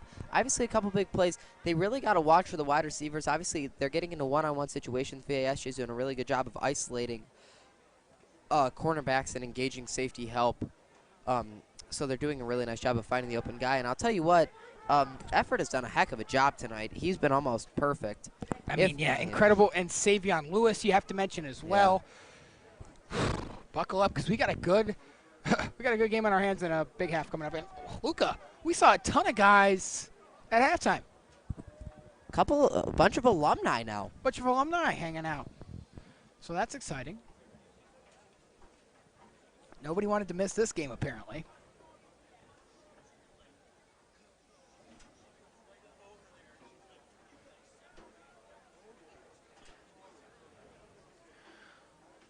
Let's tap back into our scores around the league. Got to keep an eye on some of these games in our region.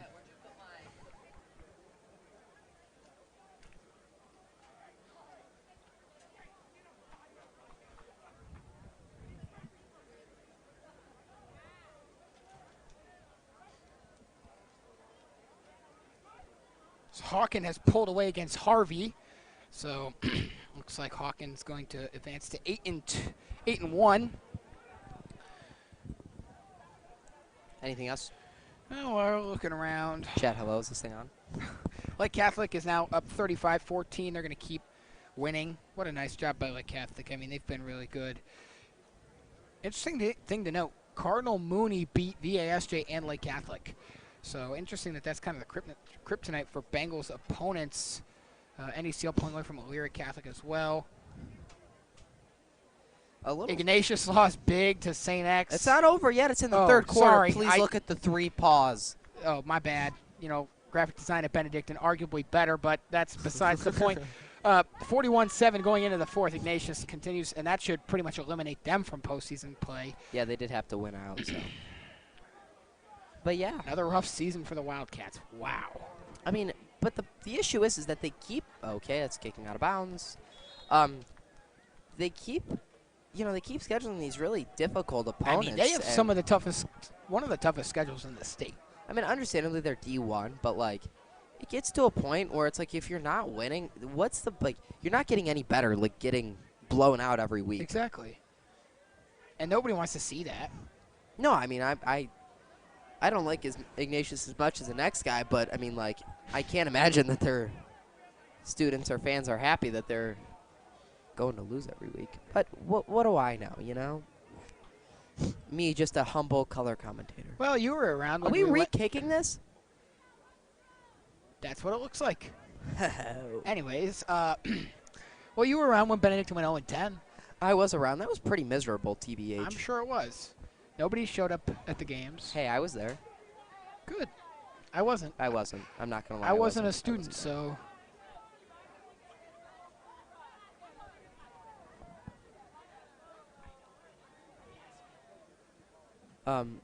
So we'll get a re-kick here. And Majors again. Line drive last time. I think trying to pin them towards the outside. Limit a return. But another good return. Yeah, just kidding. So they go out at the 40.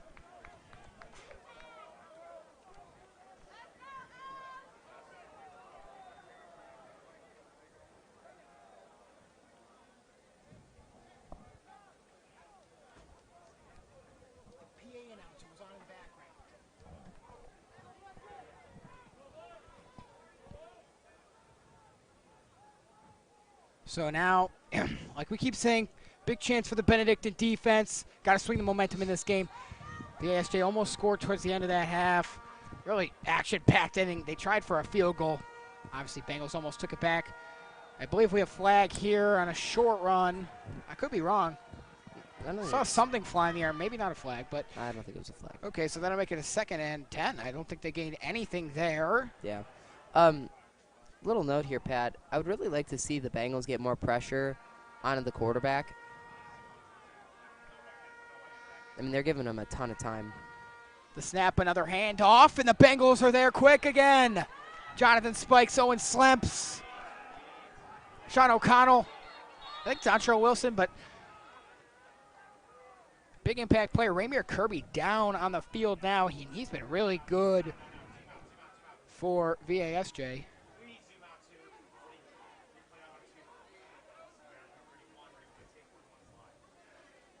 So now it's 3rd and 11. They lost 1 yard.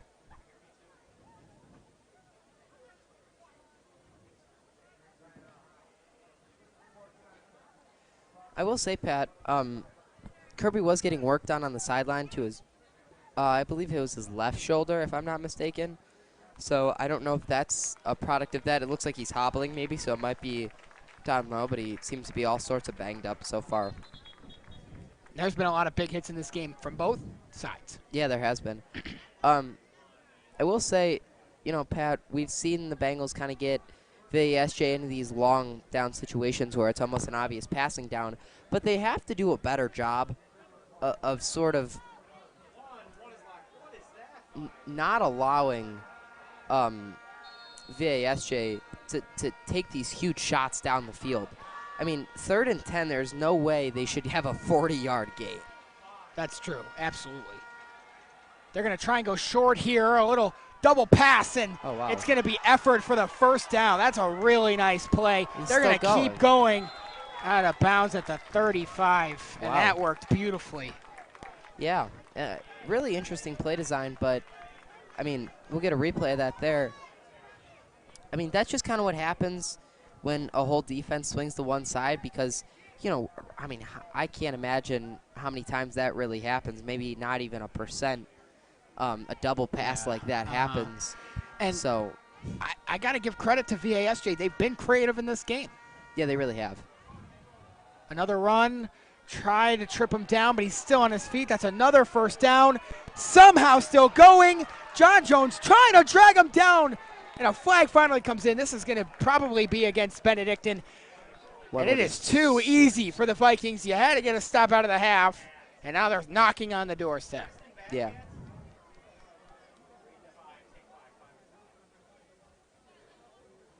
You know, and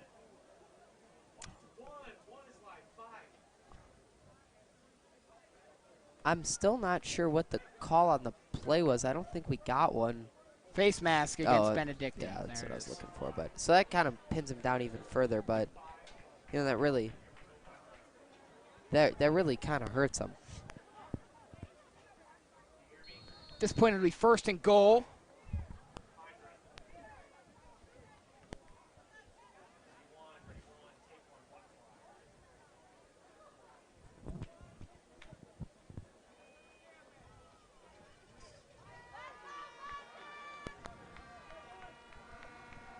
It's going to be effort under center from the 5-yard line. Going to hand it off to Moore. He's going to make a nice move, and he's in for the touchdown.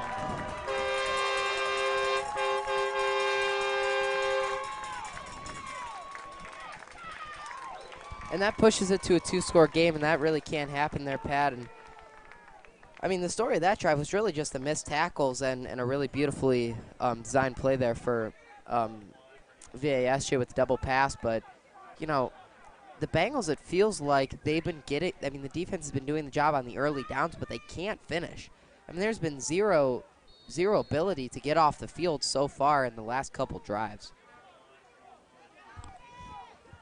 I wonder if I played soccer against this kicker. Probably. That kick is good.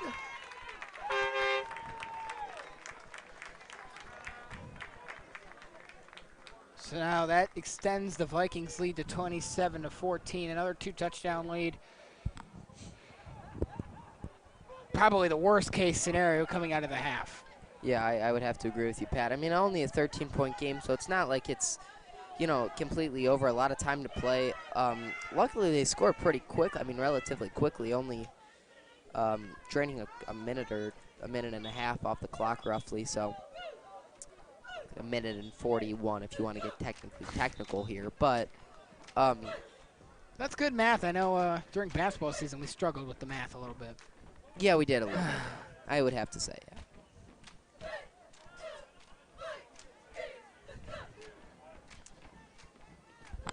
And now if you're Benedictine, I think that it's very vital that you have a good drive here. You know, you got to get a little bit creative. I think that the last drive they did a nice job of play calling and sort of getting Gio comfortable. But doesn't it feel like it's been so long since they've been on the field? Yeah. Like, it feels like forever. It does, because, you know, VASJ was up there to end the half. And then, you know, they just started this third quarter, so, you know, Benedictine been off the field for a while. Love to get things going quickly with a good kickoff return here, though. And we saw one earlier from Caden Forte. Yeah.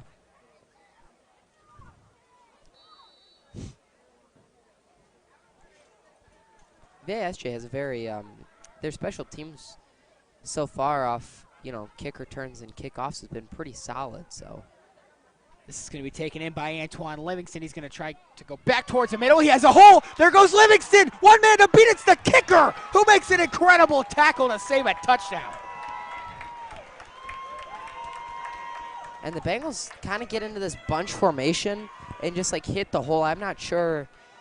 So I can't even like tell you what that is. We got to look at it. It's like a brick wall. And he's just hitting the hole, and that beats the kicker. He's gone. I'm not really sure why that wasn't. Jack Sable saves a touchdown. Crazy. Not really. Looked like he had a lead blocker that just kind of ran past him. But really good starting field position. Yeah, can't complain about that. I love that play in the first half where Forte was wide open over the middle. Yeah, I think if for the Bengals, I mean, obviously all week they've installed a lot of wheels and sort of man beaters with your running back. So let's see if we could get that involved. Patrick Shea in motion. Iacampo under center. They wanted a flag, and they got it.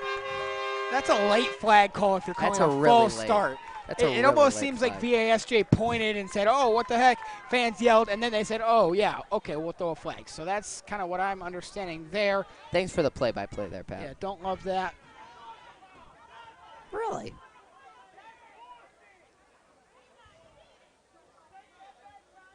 That, I mean, I don't know what it is, Pat, but it really feels like every drive the Bengals start out like 1st and 15, 2nd and 15, and it kills the drive. I don't think It's been really a lot this season in general. It really has, and that's, I mean, I'm not saying the offense has been god-awful, but it really has not looked, there's no consistency.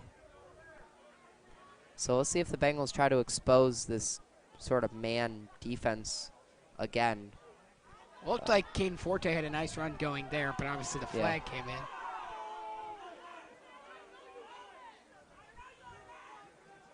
Some commotion here. Yeah, going on with the coaches on the VASJ sideline and the referees. And they're still going to be yelling at each other. Referee just said, okay. Yeah, whatever you say. Uh-oh. And this is Mr. Tarango down here, our old athletic director for Benedictine. And he's telling the VASJ fans to stop blowing the horns. I think that's where the issue was. VASJ fans were upset because apparently the same thing's going on the Benedictine side, but not to the extent that it is over here. Yeah, not there. We don't really have a train horn. Yeah, that's pretty That's a crazy. big investment. By Campo, Okay. nobody there. 2nd and 15. And we've seen that a good amount of times today where Campo has had the guy open on the outside or across the middle. And we know Campo has the arm strength, but it's like he's putting it almost 5 yards shorter. I'm not sure if that's a miscommunication thing, but there's definitely some miscues on the offense so far.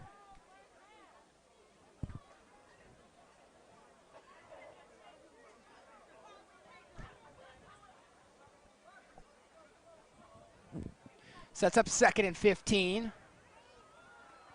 Campo will line up in the shotgun. He's got Forte in the backfield, bringing him to his left.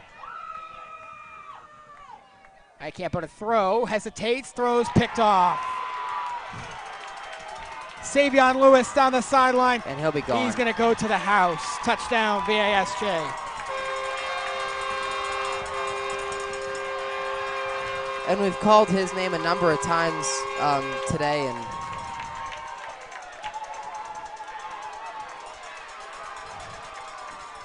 I'll tell you what, he's been a heck of a player for VASJ, but just a replay here, Campo just stares him down the whole time. I mean, he was covered like a blanket. And boy, does this feel like an absolute canyon to escape from.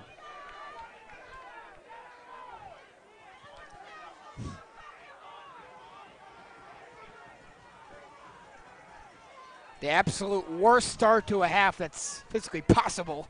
And what a game Savion Lewis is having. Yeah. He has been so good for the Vikings. I mean, he's been excellent. I mean, and they're going to go for 2 here, Pat. And that, yeah, they're trying to gain back what they lost. That really could change, I don't want to say complexity, but that could change things.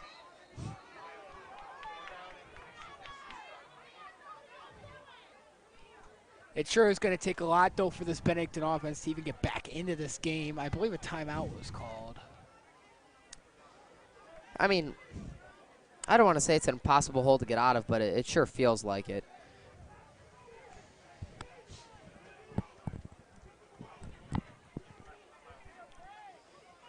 I mean, I don't even know what to say, Pat. I mean, this was a 6-point game at the half, and now VASJ has really pulled away. Yeah. I mean, they've scored now 13 unanswered, and it feels like everything's kind of swinging their way. Like, I mean, the Bengals really can't. I think they can't. Any momentum that they get is completely washed away so quickly.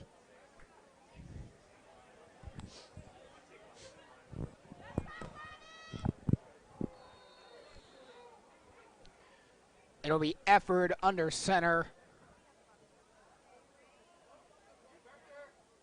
Motion in front. They're going to fake a handoff. He's going to look to throw towards that far side, incomplete. So the 2-point conversion attempt is no good.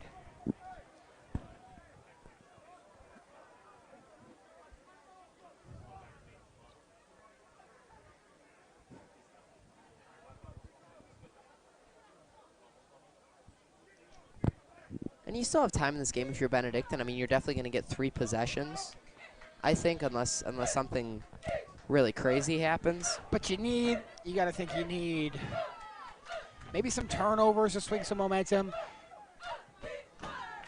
I mean, it just feels like, I don't know, it just feels like right now so much needs to go right for them. And, I mean, it feels like the Bengals really came out of the half with no adjustments.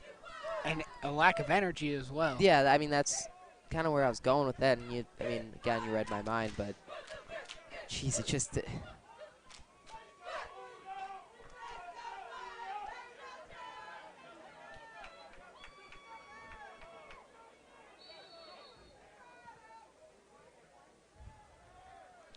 And this is the place that the Bengals are unfamiliar with.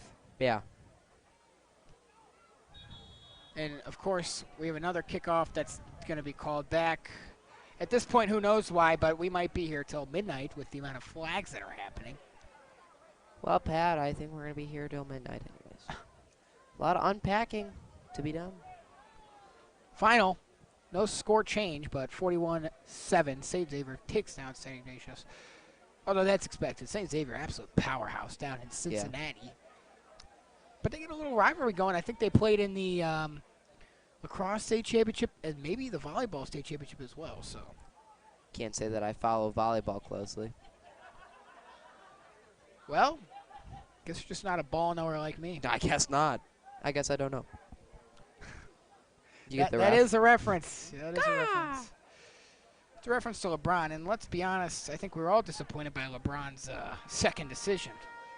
Yeah, just was a Hennessy ad.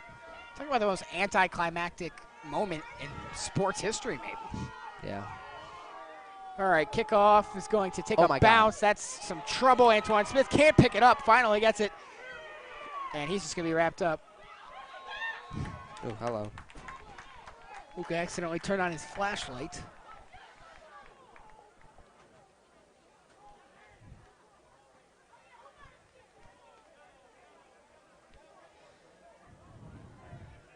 And you got to settle in, obviously, you know, tough to come back here, but can't get too,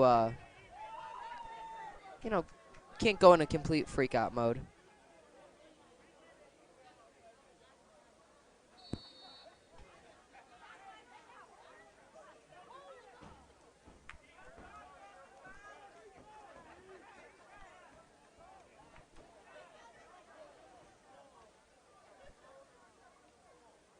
Campo is under center. It's Forte in the backfield. Train horn goes. And I think the line was crossed with the train horn when they blew it during the PAT, or the PAT. Yeah, I don't agree with that. I mean, you don't agree with that? No, I'm saying I don't agree with doing that. Like, I think that's such like a Bush League thing to do. Yeah.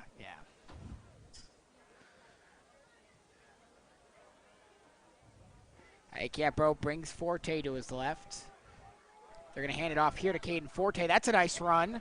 Tries to stay on his feet. He is going to fall forward. He's going to get the first down and some yardage after the sticks, and that's a really nice run on first down for Caden Forte.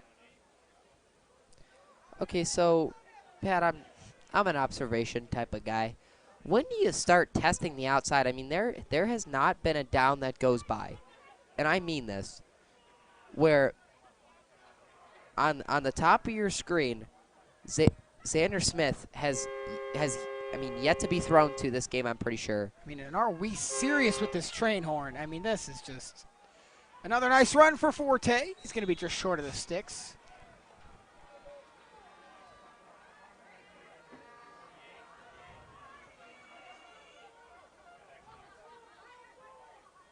seems a little excessive now. Well, they're trying to get back at the fact that there was some frustration over there being the horn in the first place. I mean, ladies and gentlemen, it is a real train horn. It sounds yeah, like... I've never seen anything like it. Sounds like a train is going by. You have to do some deep digging on Etsy to find that. Yeah. That's not an everyday purchase where you're just No, it's showing up at your house. Or maybe it is. I'm not really sure. I'm not in the business, so that run's not going to go far. And this guy down here, too, he's got the camera with the flash on, and it just keeps going every play. I mean, you're outside. I don't think you need that, but we got the stadium lighting. But that is Pat's very really visible. digging into the parents right now. He's pretty upset it's just, all sorts of distractions. 3rd and 3 now after the loss of yardage on the run. Got to pick this up. I mean, crazier things have happened. Bengals have to get some electric plays going. Jones on the near side. Livingston Smith on the far side. Forte to the left of Campbell in the shotgun. Hand off to Forte. He's going to run this one. Going towards the outside. I think he's going to get the first down here. They'll give it to him. And they will. Moving the sticks. We have a Viking down on the field.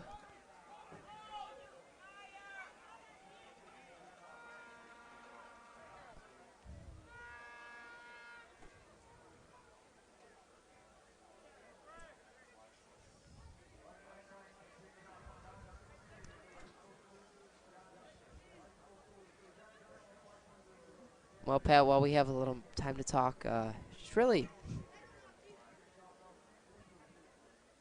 really kind of questioning some things right now, Pat. I mean, the lack of adjustments coming out of half is a bit concerning. I mean, I don't know, what everybody's kind of looking at, but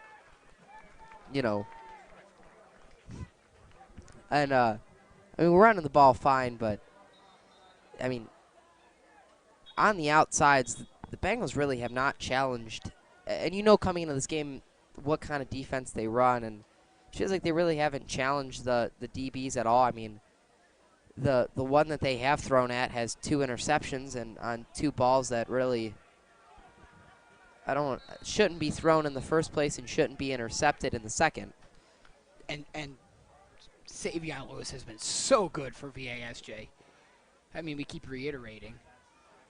Campbell in the shotgun, fakes the handoff to Forte. Pressure in the pocket. He's going to be swarmed. Stays on his feet and gets back to the line of scrimmage.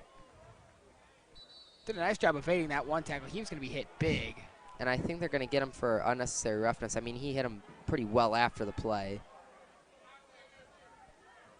He was down for a good second. We've seen Jeff Rotsky, head coach for VASJ. He's been arguing with the refs all night long. Yeah, he's on the field right now. Yeah, that is going to be a personal foul, unnecessary roughness against VASJ. I think that's an automatic first down for Benedictine. And VASJ showed up and showed out tonight. This place is packed, at least on this side, and they have been hollering all game long.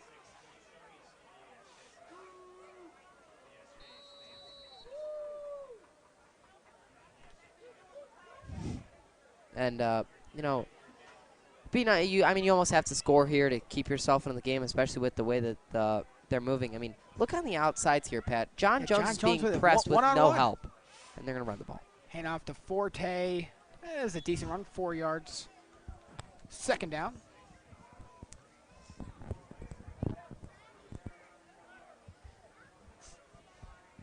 But, I mean, you got to wonder when you're going to – I mean, we've seen it with Xander Smith a lot so far this year and Antoine Smith as of late, but giving your wide receivers a shot to go up and get the ball, I mean, especially with Xander Smith, it's almost like a 75-25 ball, not really a 50-50 ball, but just because of how lengthy he is in athletic, his ability to get up there. Another one-on-one with John Jones on the near side. It's Campbell in the shotgun, Forte in the backfield, sends Forte in motion. They are going to go to him. A little bit high. Forte adjusts, makes the catch, goes towards the near side. He's got a first down, pushed out of bounds. The Bengals keep picking up firsts. They're taking a while, but they can afford to do that right now. That's a really nice block on the outside by John Jones and Antoine Smith. just staying engaged with them, kind of driving them back. And, you know, obviously it's not, you don't press the panic button right now. Obviously, as this game kind of progresses, depending on what happens defensively, you might, as Spikes checks back into the game, which obviously Bengals offense loves to run sort of that flat concept. As some confusion here with the defensive back for VASJ. I feel like we've done a lot of standing around here waiting for something to develop before the play.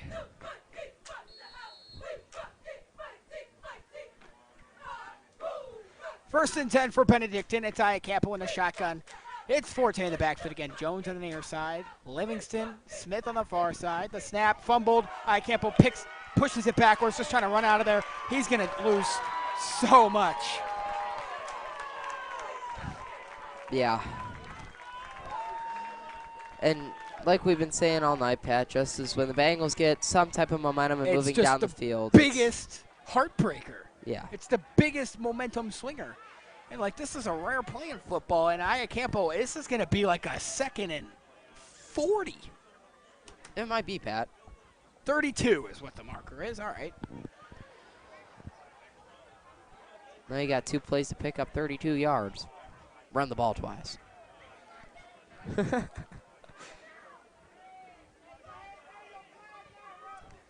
Iacampo in the shotgun.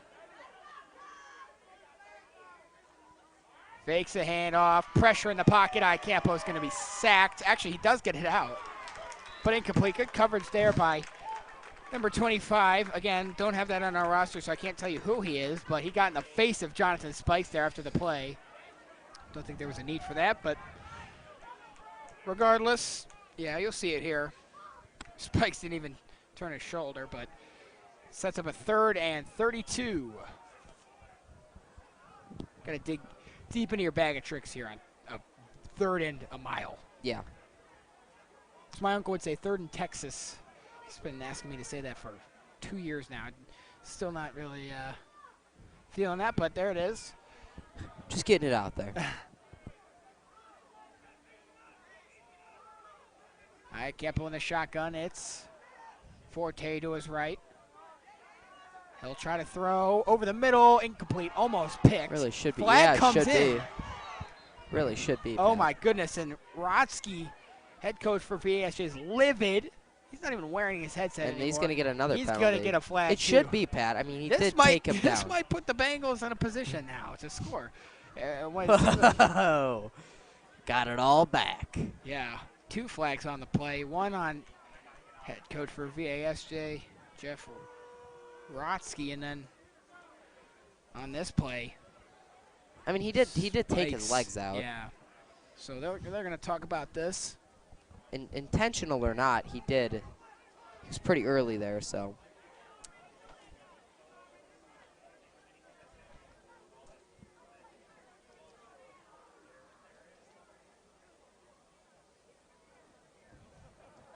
Tell you what, the head coach for VASJ has been very lively today. Yeah, very animated, for sure. I think that might be an understatement. True. Yeah, valid.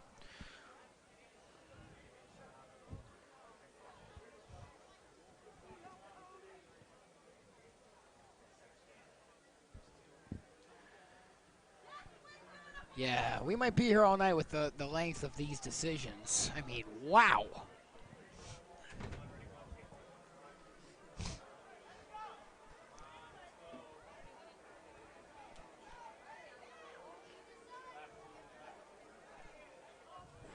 Bengals are moving forward. We knew that was going to happen. Yep, Coach Rotsky talking to the referee now.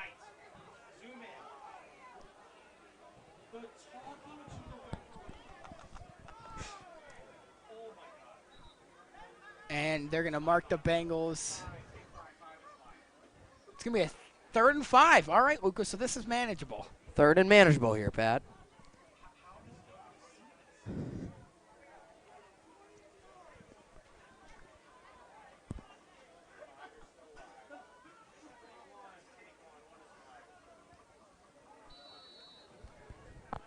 All right, 3rd and 5. Big play here. Could really decide the game if we're being honest, because you've got to get points and you got to get them soon.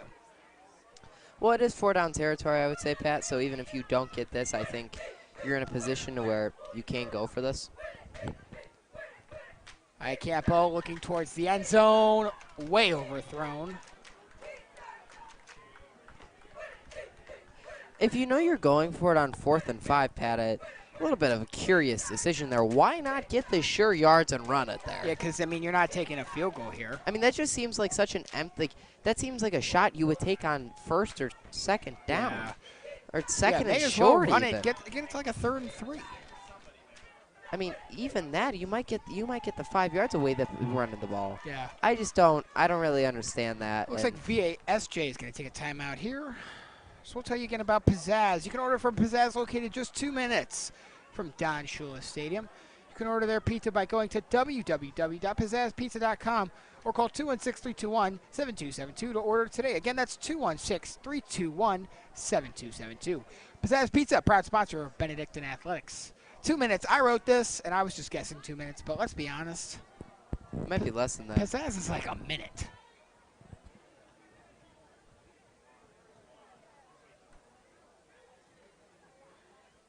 Not far down the road at all.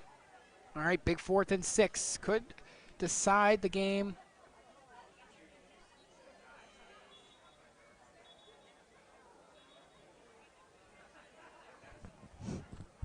Still waiting on this timeout. There's VASJ's head coach down there. He's had a lot to say tonight. But he's got his program looking pretty good right now. Yeah, I mean, they've really shown out tonight, and, they've done a really nice job. Bengals with a little bit of an interesting play set here with Spikes in the backfield, too. Yeah, we haven't seen that a whole ton, but we have seen it. All right, here we go. Campo in the shotgun. He's going to fake a handoff to Forte. Pressure in the pocket, goes for the end zone, overthrows John Jones. Turnover on downs.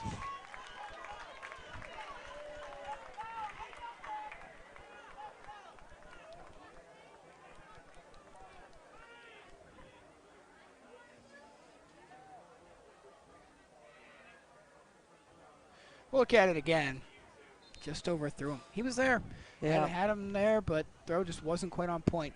Last week, every throw worked for Campo. Yeah. This week, it's just not the same way, and that's really been the difference. And doesn't it feel like this game, I don't want to say it's over, but it really feels like it does, because there's no energy. Kind of the nail in the coffin there. Unless the Bengals get a big turnover or something.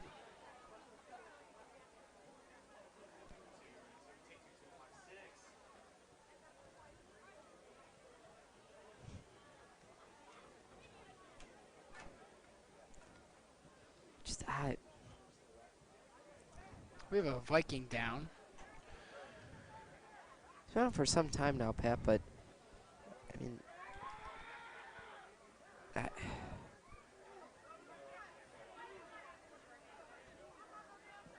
looks to be just stretching his leg out. Yeah. 54's been down a couple of times now, Yeah. on this drive. That's Bryson Geeter. Tough name to pronounce there, Pat. Yeah, it's like Derek Jeter, but with a G. So I just assume that it's Geeter. Could be Getter. That's probably more likely.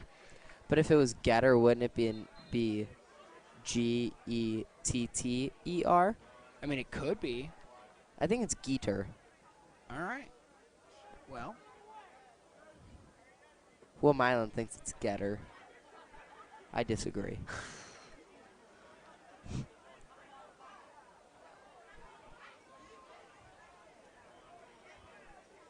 So you almost need a pick 6 here. Vikings set up on the 10-yard line. A little bit of trouble there from the quarterback again, but that should be a first down. Man. Did you pre-fire the touchdown? I pre-fired the touchdown. Not sure what just happened. I did pre-fire the touchdown there, Pat. No, I'm just kidding. It just feels like, I think that kind of emphasizes how how it just feels like nothing is going the Bengals' way at all so far tonight. I mean, you look at the defense. They really, they haven't played great.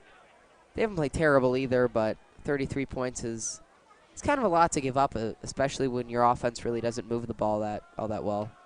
That's a really nice tackle. And that's Antoine Livingston. That'll be a tackle for loss.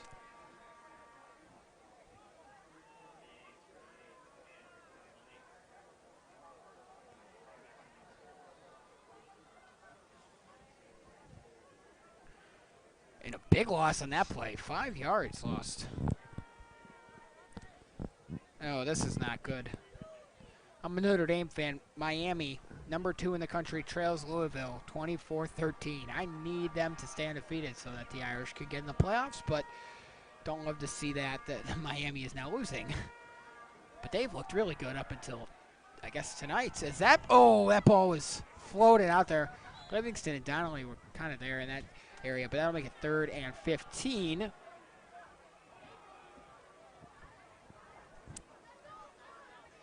Get the ball back quick here, get a score.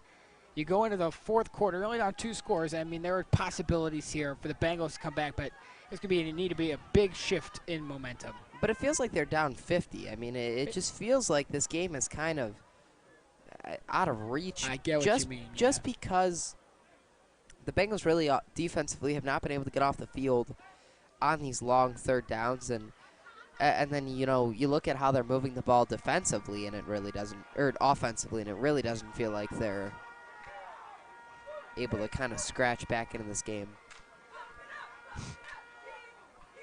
This one's going to be a handoff towards the near side. They're going to get a 1st down. And much more. Wow. Late hit. Livingston with a late hit. Number 55 comes in there. Let's keep it clean out here. But, obviously VASJ fans very fired up after that 1st down, and a flag comes in. You don't really love to see that. Roughness. Just, you can't get stupid sloppy there just because you're down a couple scores. But when you look over at the Bengals sideline, it just kind of looks like they're dead, and the student section really has kind of disappeared. Yeah. That's not helping either. Yeah. Bengals need their guys there, but this is really going to shake up the playoff picture. Yeah. Kind of eliminates our chance at a bye week. We'll see where that 1st round playoff game gets scheduled.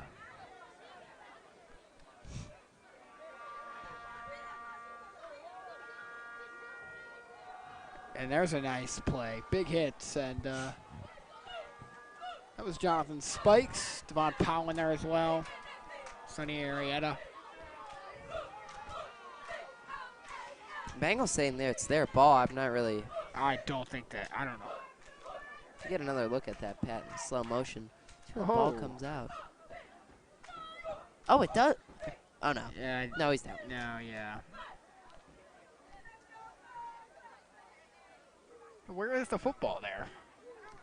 I think he was down, but they sure closer than they kind of made it look. Yeah.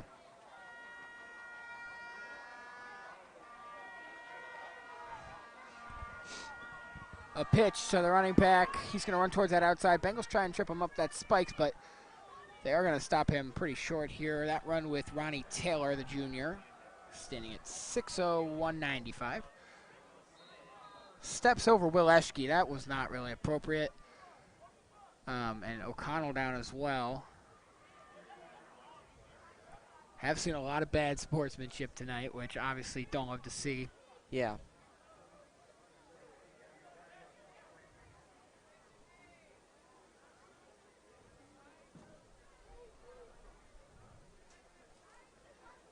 Speaking of things you don't love to see, Sean O'Connell, a huge impact player for Benedictine down on the field. Probably their best defensive player. I don't really think there's a... Maybe, I think Spikes is definitely there Spikes too. Is great, but Eschke's great, but O'Connell has been so consistent for so long. He looks to be okay. Yeah, He's going to walk off and be all right. But I think this just really underlines how brutal tonight has been for the Bengals. I mean, losing guys left and right. Tyrell O'Neal, dislocated shoulder. Don't know when he'll be back. Obviously, those things are not easy to come back from. Now you're gonna have to put B Rose on the D line, and you know, makes things a heck of a lot tougher. Tougher, more tough. Tougher is correct. Thanks, I think. Pat. Mr. Francioli's here, so Oh, okay. we just saw him at halftime. I'm sure he could correct us on that. This is going to be a handoff. They're going to run towards the near side. Moore is going to pick up a first down. And these third and longs, you've just got to get a stop, and the Bengals are just failing to do that. So that's really... And another Bengal down. Yeah, this time it's going to be, I can't tell. Hold on. It'll be Antoine Livingston. I lost my binoculars, but yeah, and he seems to be in some pain with Lost that. my binoculars. Oh, he seems to be in a lot of pain, and that's really not great. Oh, man. And we've mentioned it previously because we've seen him get hurt. He was grabbing somewhere near his legs. He just, you know, had surgery on that leg. I think he's the holding his winter. arm. Oh, it's not what I saw, but Because he got up and then just kind of holding his wrist a little bit.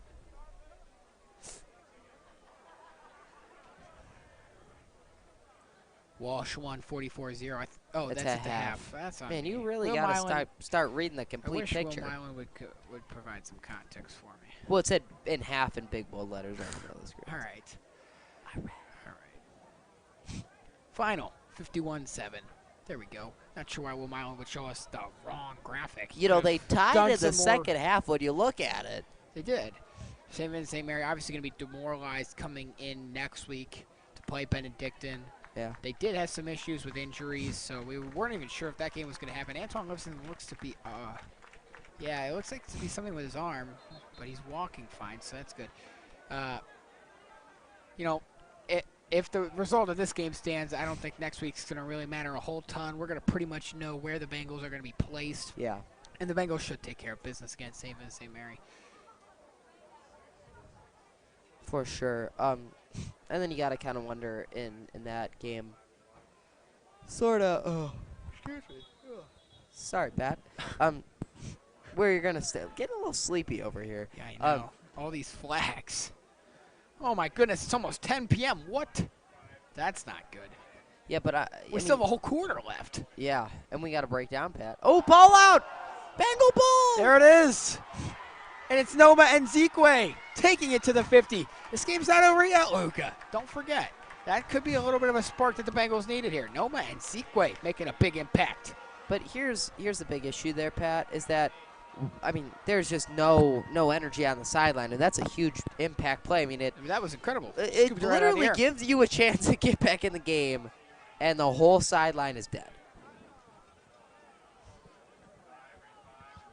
Yeah, they got to get hyped up over there. Get loud. Hype them up, Pat. There you go. They can't see me over here. Oh. Really?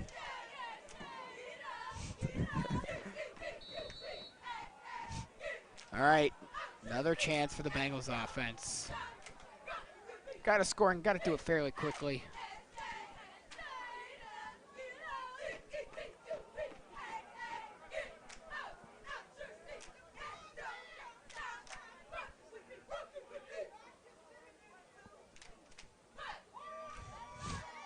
And Campo under center.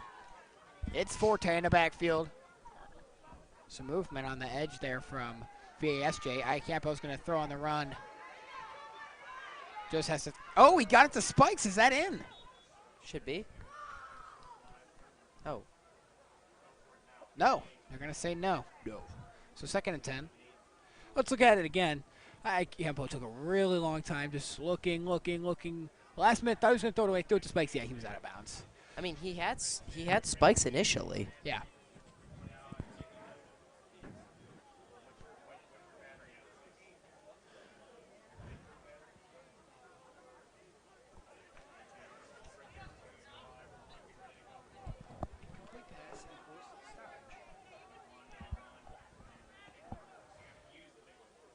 Wow, this third quarter has taken a long time. Handoff to Forte.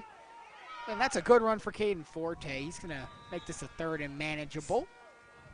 And I give credit where credit's due. Forte's done a nice job so far this game. And, you know, obviously he's kind of got overshadowed by, you know, the mistakes that the Bengals offense has made.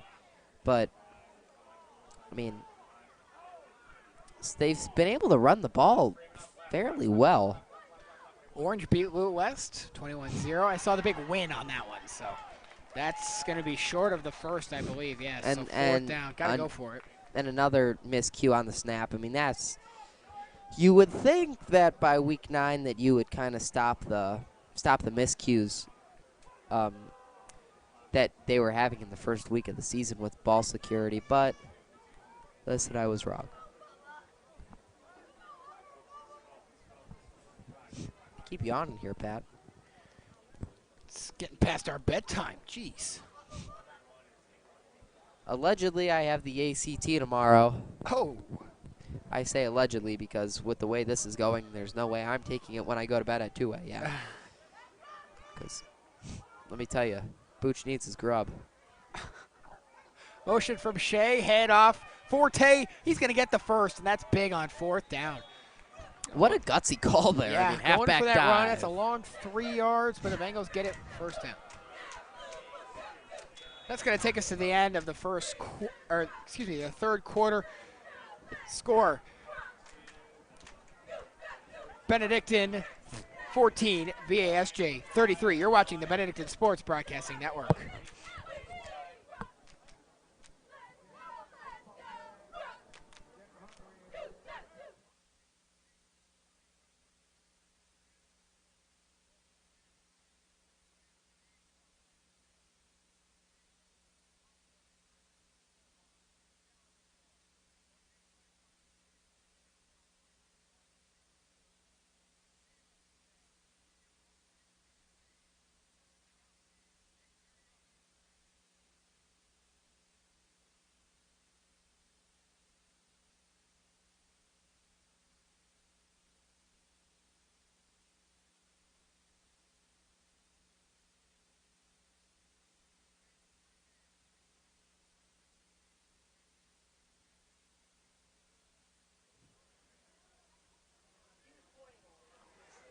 We welcome you back to Don Shula Stadium. The score: Benedictine 14, VASJ 33. Bengals trying to get some offense going, get back into this game.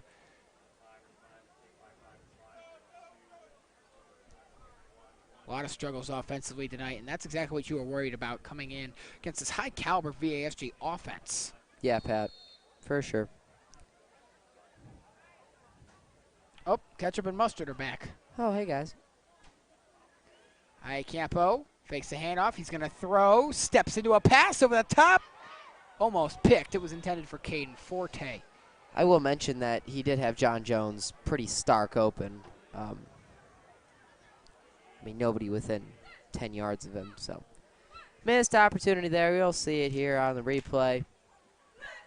No, we won't see it here on the replay. Never mind. Okay.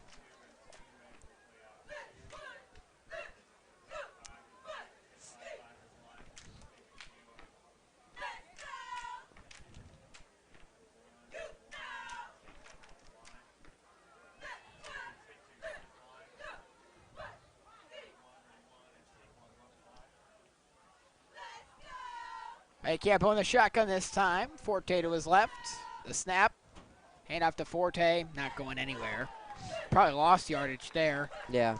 Made a man miss there to just get back to the line of scrimmage or, you know, at least not have as big of a loss. But, I mean, man. Just have not been able to move the ball whatsoever when it matters.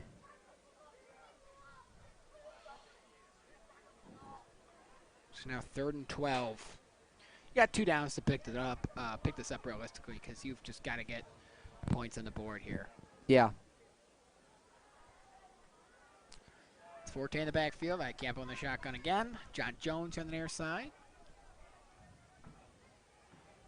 Spikes lined up on the far side. And that's where Campo's going to try for. Oh, man, just through his hands.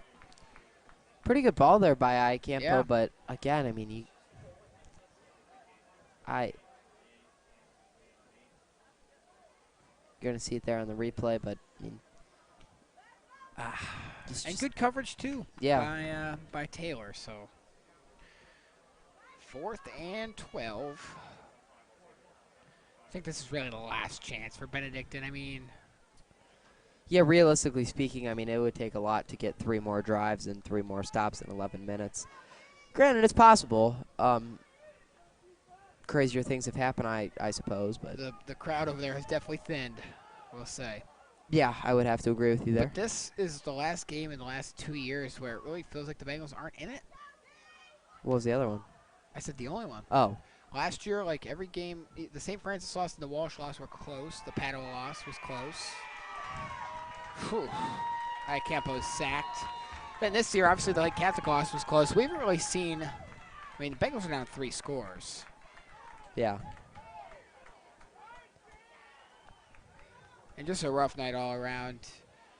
Yeah, and it really comes down, for me at least, to the lack of adjustments, and you know, I mean. But a lot of things have just luckily gone against the Bengals for VASJ. I mean, they've got, I suppose, some really nice catches. A lot of penalty flags have hurt us. A lot of 3rd and 11, and you're getting a guy wide open for 40 yards, as you mentioned before. But that's what I'm saying. I mean, the adjustments have to come, and you know, I think when you talk about adjustments too, it's not just in-game adjustments. I mean, you can't put the ball on the ground and lose 30 yards. You just can't do it. I mean, wherever that's going wrong, it just can't happen, and that really kills. I mean, they were down well into the red zone with a really good shot to score, get back into the game, and it's gone. And that's a nice play there. I think that's nice run. Yeah, good run. Wileszki trying to drag him down.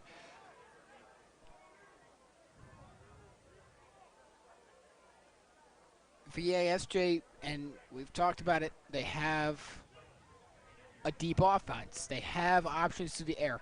Effort has been great, but they also have options on the ground. They have 3 different running backs that we've seen tonight, and they've all done very well. And they're moving the football. Yeah, I would agree. I think you really hit it on the nose there, Pat. I mean, we knew what their offense was coming in, and just everybody thought somebody jumped there, but that's going to be a short run. That'll set up 3rd and 4.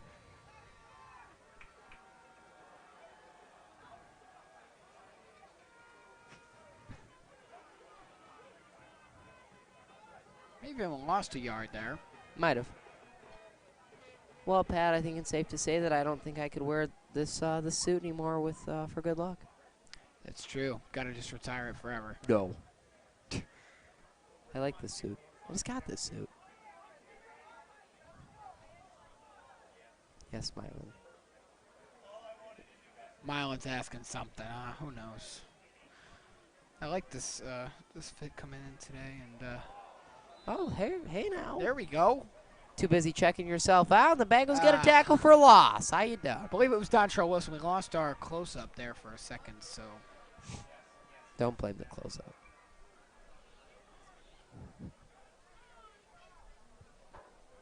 Well, the Bengals are going to get the ball back once again. Indeed. With only, I mean, just under 9 minutes does not look promising unless you really. But again, crazier things have happened. But you just got to think about how many missed opportunities you've had. And they really pile up.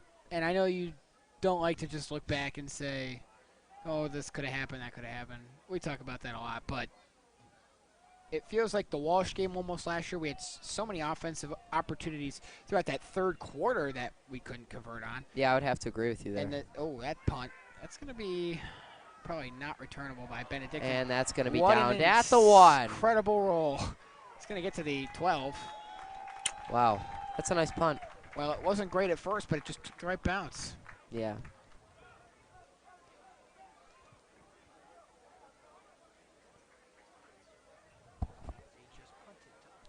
I'd like to note there, Pat, that Bengals did get some pressure on the punt. John Jones absolutely leveled the blocker. I don't know if you saw that.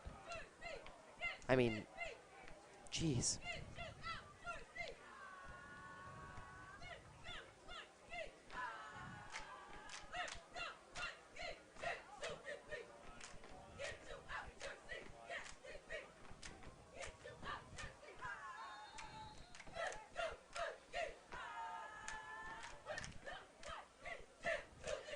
Bengals pinned back deep. All right, Capo's going to bring Pat Shea in motion. He's under center.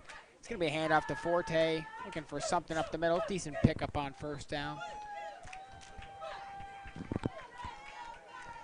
I mean, I don't know if they're just trying to get reps here, Pat, but you almost, I don't know. It doesn't seem like there's a lot of urgency. Yeah, there's no really urgency here. I don't know that I don't want to say they quit on the game, but I think that if they were really trying to kind of crawl back into it, you would almost try to, get a little something here.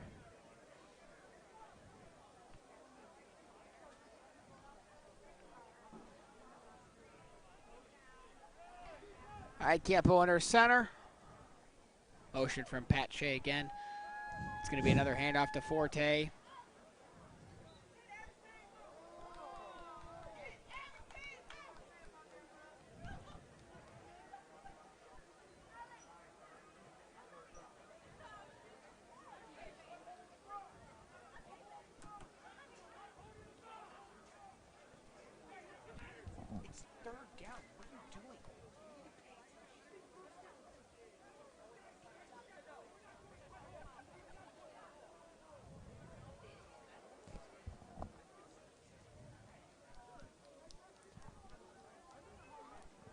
So a 3rd and 4.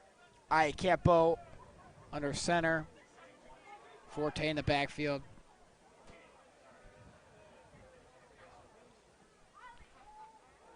He's going to throw on the run, complete to Jonathan Spikes. That'll get him a first down.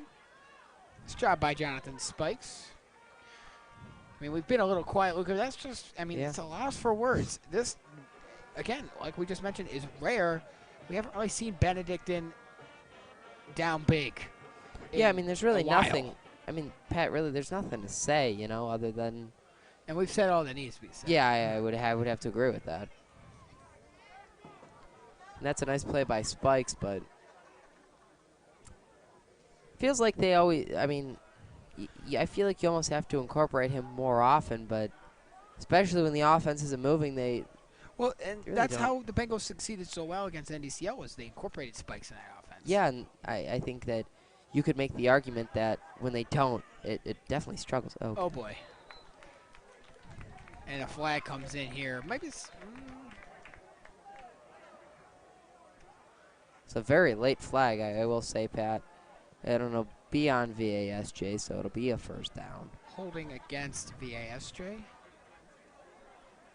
But interestingly enough, Pat, I really,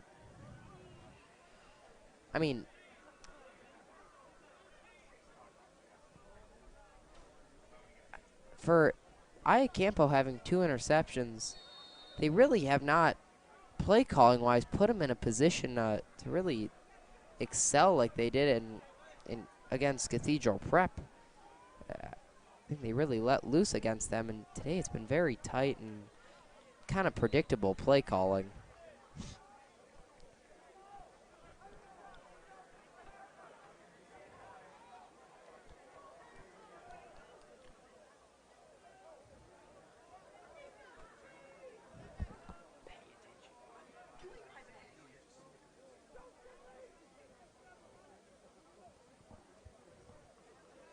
Second and 7 after the short gain. It'll be Forte in the backfield again. Campo under center.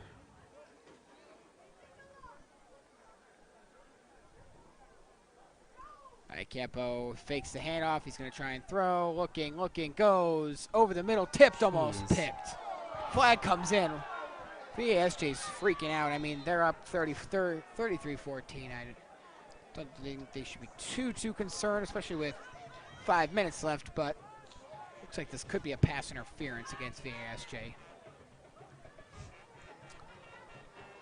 I don't know how much I agree with that, but and there's some bickering going on in the Bengal huddle, and that just can't happen. That's as well. It's a lot of frustration all around. Yeah, no, I'm sure. I'm kind of understand, but you still can't. Yeah, it's been tough.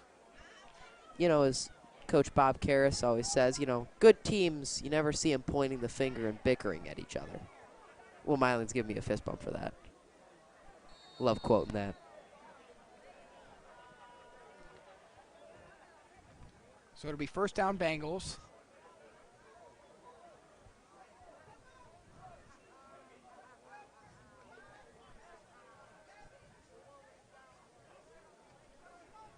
All right, Campo fakes the handoff. He throws, complete to Spikes. He's wrapped up. It's almost like they heard us, though, looking for Spikes every play now. Yeah, but he's finding him too late. I mean, that's a really kind of a scary pass there because, you know, if that DB kind of stays put where he was in that zone, and he could have really done some damage.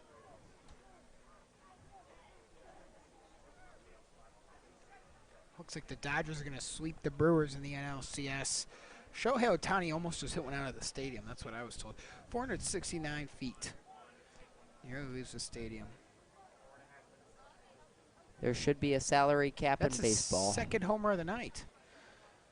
Campo to throw. Pressure. Throws. Nowhere near anybody. I mean, Spikes, you can see. Disappointed. University School beats St. Charles.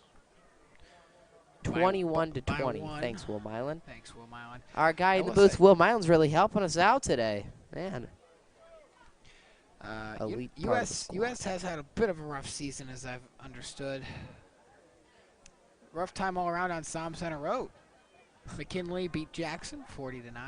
McKinley's good. Really? Yeah, over on Som Center. Gilmore and University School, Pat. Yeah, US. Yeah, struggling. Tough to focus, you know. It's pretty late here, ladies and gentlemen. I'm definitely past my bedtime.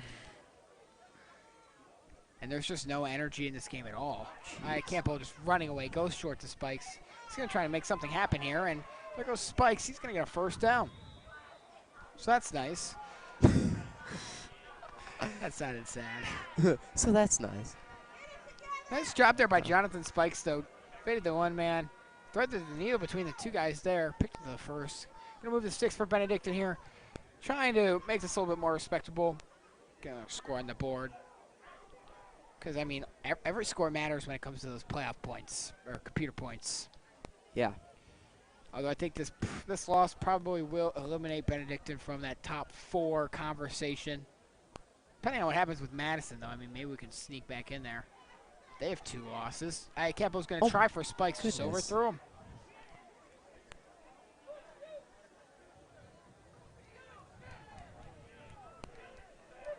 Let's get an update on Madison. Okay, Pat.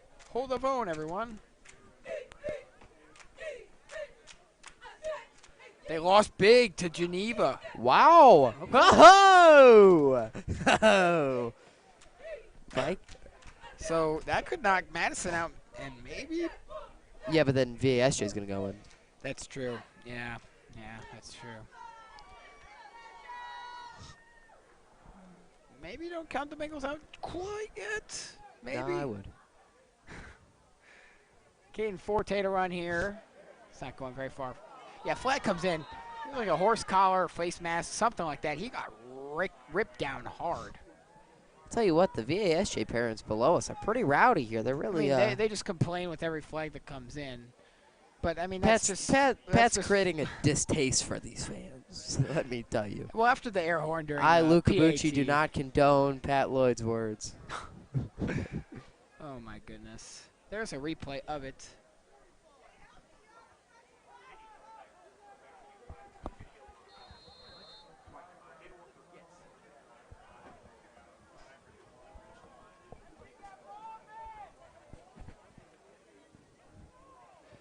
Second and 3. Campo hands it off to Forte. That'll get him a first down. So the Bengals finally moving the football. They're down inside, or just outside the 10, so that'll.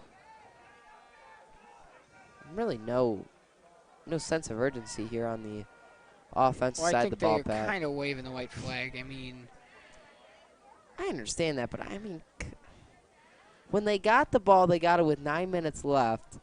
They had to score 3 times. I mean, I'm not saying it's like very plausible, but I'm not saying it's impossible. And there's Forte down to the 1 yard line. going to move the sticks here. It's going to be 1st and goal. Full back power with Sean O'Connell. Well, he's hurt. No, he's Is he there. back out there? He's in. No, generally he's playing fullback. Oh, there he is. Okay.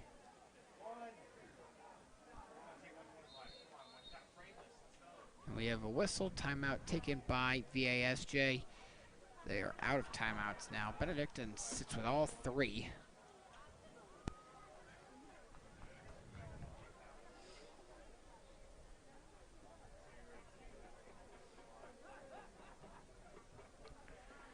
Look, our Champions Day is next Thursday. It's our day of giving. We want to just tell everybody next Thursday, please consider supporting the home of champions. Champions Day is very crucial for us for many different reasons. Helps afford things like our new student commons. Many different purposes. You can donate to specific. You can donate to specific causes as well. Wow.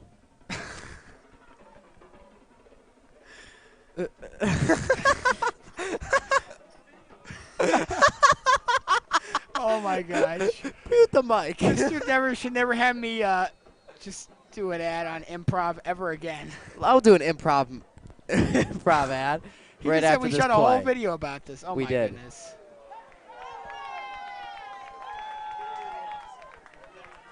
So All right, that's I'll tell my you. All right, apologies. you better stop. Oh my. I'll tell you about our Champions Day. Champions Day is a great way. Please give to the school if you can. We appreciate all donations. You know, I mean, Champions Day is just so great because just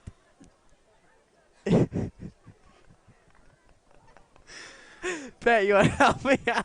Oh my goodness. Well, it actually goes towards more facilitating, paying teachers, stuff like that.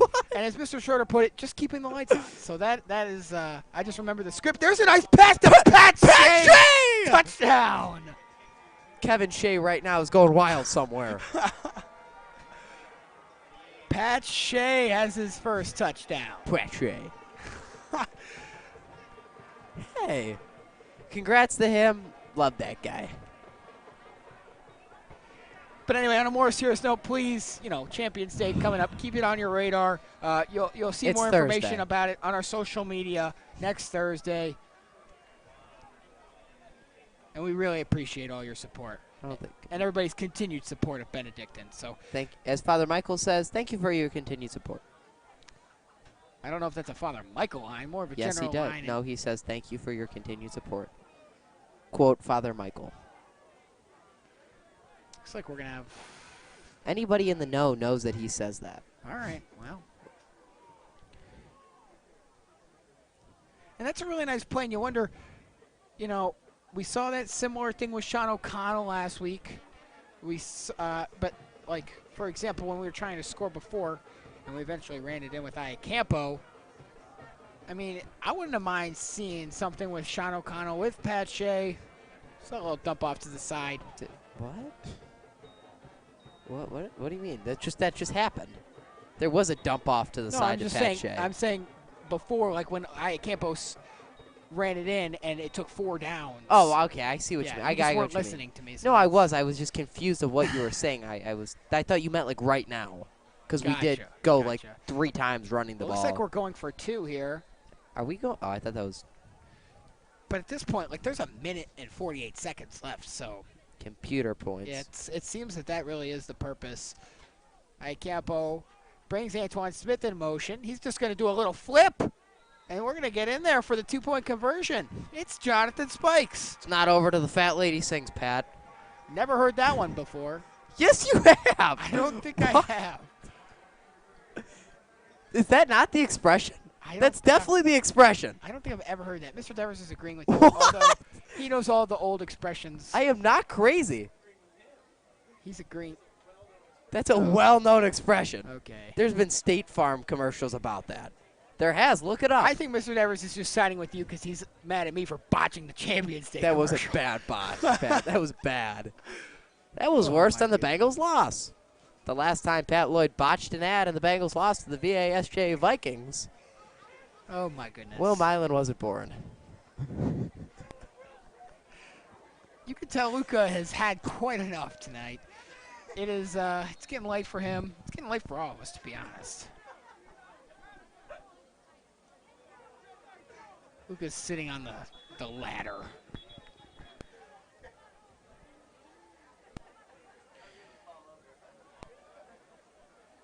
You can't hear him, but he's laughing. Oh, now you can. Oh, my goodness. All right, so the Bengals are down at 11 now. Luca, what do you think? A little onside kick try? I ain't hear no bell. This game ain't over. You guys get the raptor. Oh, my goodness. Looks like I'm on my own for the rest of the telecast. Luca just thinks everything's hilarious.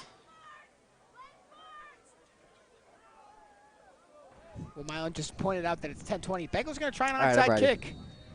Wouldn't this be something? All the people that left and the Bengals come back to win? And that's going to go all the way out of bounds. Wow. I mean, VASJ, they thought, you know, can't screw it up if we just don't touch it. So. Right.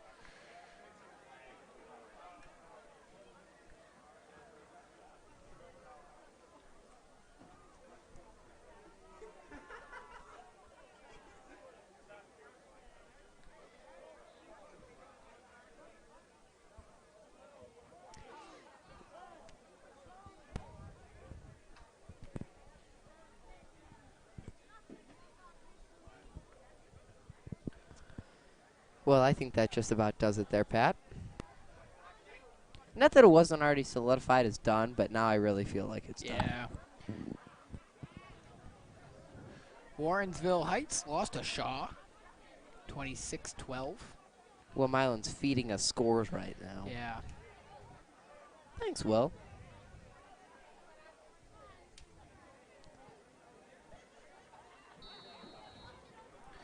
Reminder, lights turn off here at the stadium at 11, so that's This is not going to be interesting awesome getting for out of us. here. Yeah, not awesome, not awesome. Handoff, just trying to steam ahead.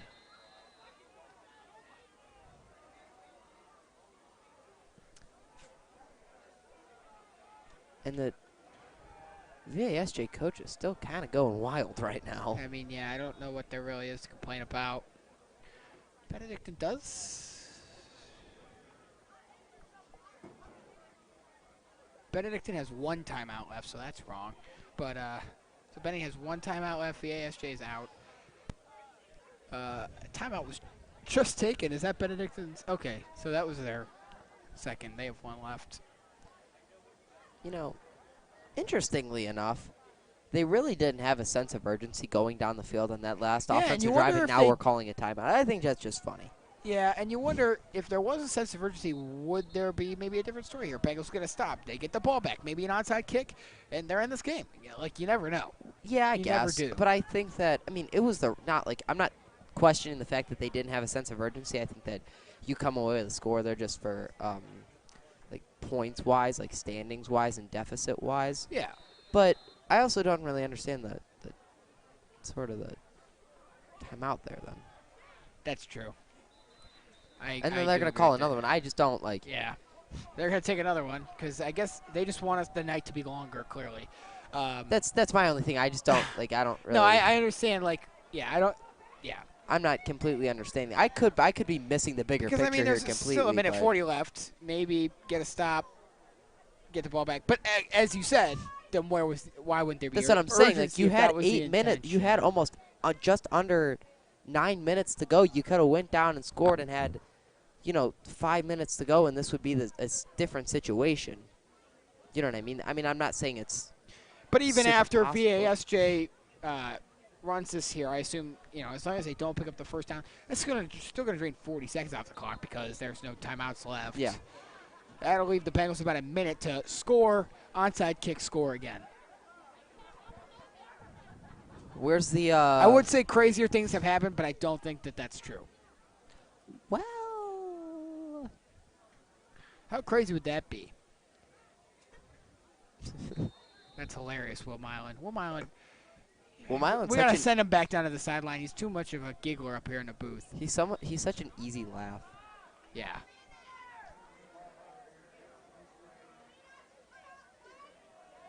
So, what, 40 seconds is going to come off this clock. But they're just probably going to go for this here. Yeah, I guess. But that... I don't know why. Well, they should just punt because that would put the Bengals closer anyways to... It would make a ton of sense, but I mean, you're also a little confused what's going on here.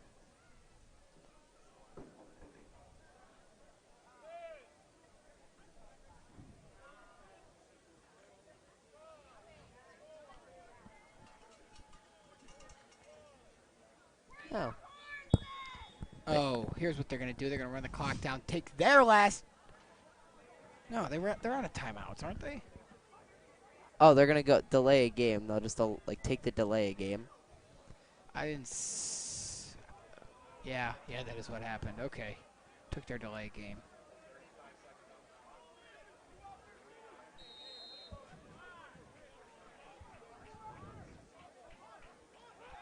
So I suppose that does make some sense, but they're just going to try to Now they punt. You know, maybe we get a little punt return. Make this interesting. Well, no, there's no punt returner, Pat. They're going to try to block it here. If you didn't cut me off, you would know that. Oh, sorry. That's on me. I'm just kidding. That's on me. It's all okay, Pat. It's all okay. And a flag Do we comes have in. 11 guys on the field? Because, of course, he's counting. There's 11 guys on the field. Yeah, What'd I say? 12, my bad. MB. Yeah, you said 11. I was like, I was There's thinking, and I 12 was like, guys on the wait, field. what?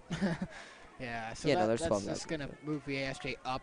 It's basically just going to erase the delay of game penalty. So, okay. 4th and 9. From the flag, 4th and 9. Here's the punt. Still didn't. And we have some contact over here by between Noma and Zekwe. That's going to pin them back. Okay. Yeah, that's a good punt. They execute it well. Down at the 9-yard line. 33 on the clock, and that should just about do it unless something crazy happens. Yeah. How much left on the clock? 33, so. You would, yeah. Very improbable. Nonetheless, still possible. If there was like the ESPN score or win predictor It's right 99. now, it would be like 99. But it would be crazy to have that big like switch right at the end. We've seen No, it yeah, before. for sure, for We've seen sure. We've seen crazier things. I don't feel like we have, though, Pat. I have. Sorry. There goes Davis. Auburn's going to win the football game. That was pretty crazy. That was pretty crazy. Alabama's lining up to win it. He takes kick 6. Incredible. That's a great pull. I know. I bet the ESPN predictor went like that on that. All right, Campo on the run to throw. He's just going to go towards the senior side. Got to get Antoine Smith to get out of bounds, but incomplete. Good coverage by Dylan Wilson.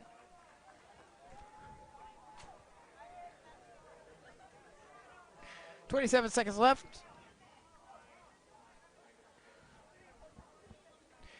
You know, the Bengals succeed through the air when they find guys over the middle, but you can't do that here because you got to get out of bounds to stop the clock. Yeah. I agree with that. I mean, I don't want to say you. It's tough here because you don't want to get anybody hurt, you know what I mean? But at the same time, you don't want to look like you're giving up. So we find ourselves at a crossroads.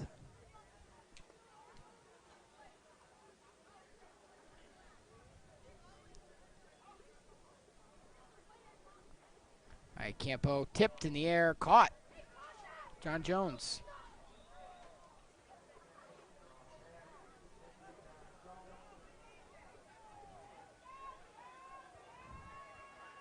Clock is going to run out on this ball game.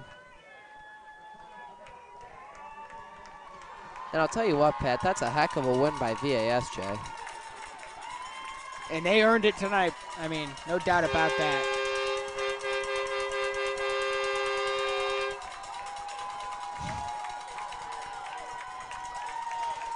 We'll step aside. The final score tonight, VASJ with a big win from Don Shula Stadium. 33-22 final score.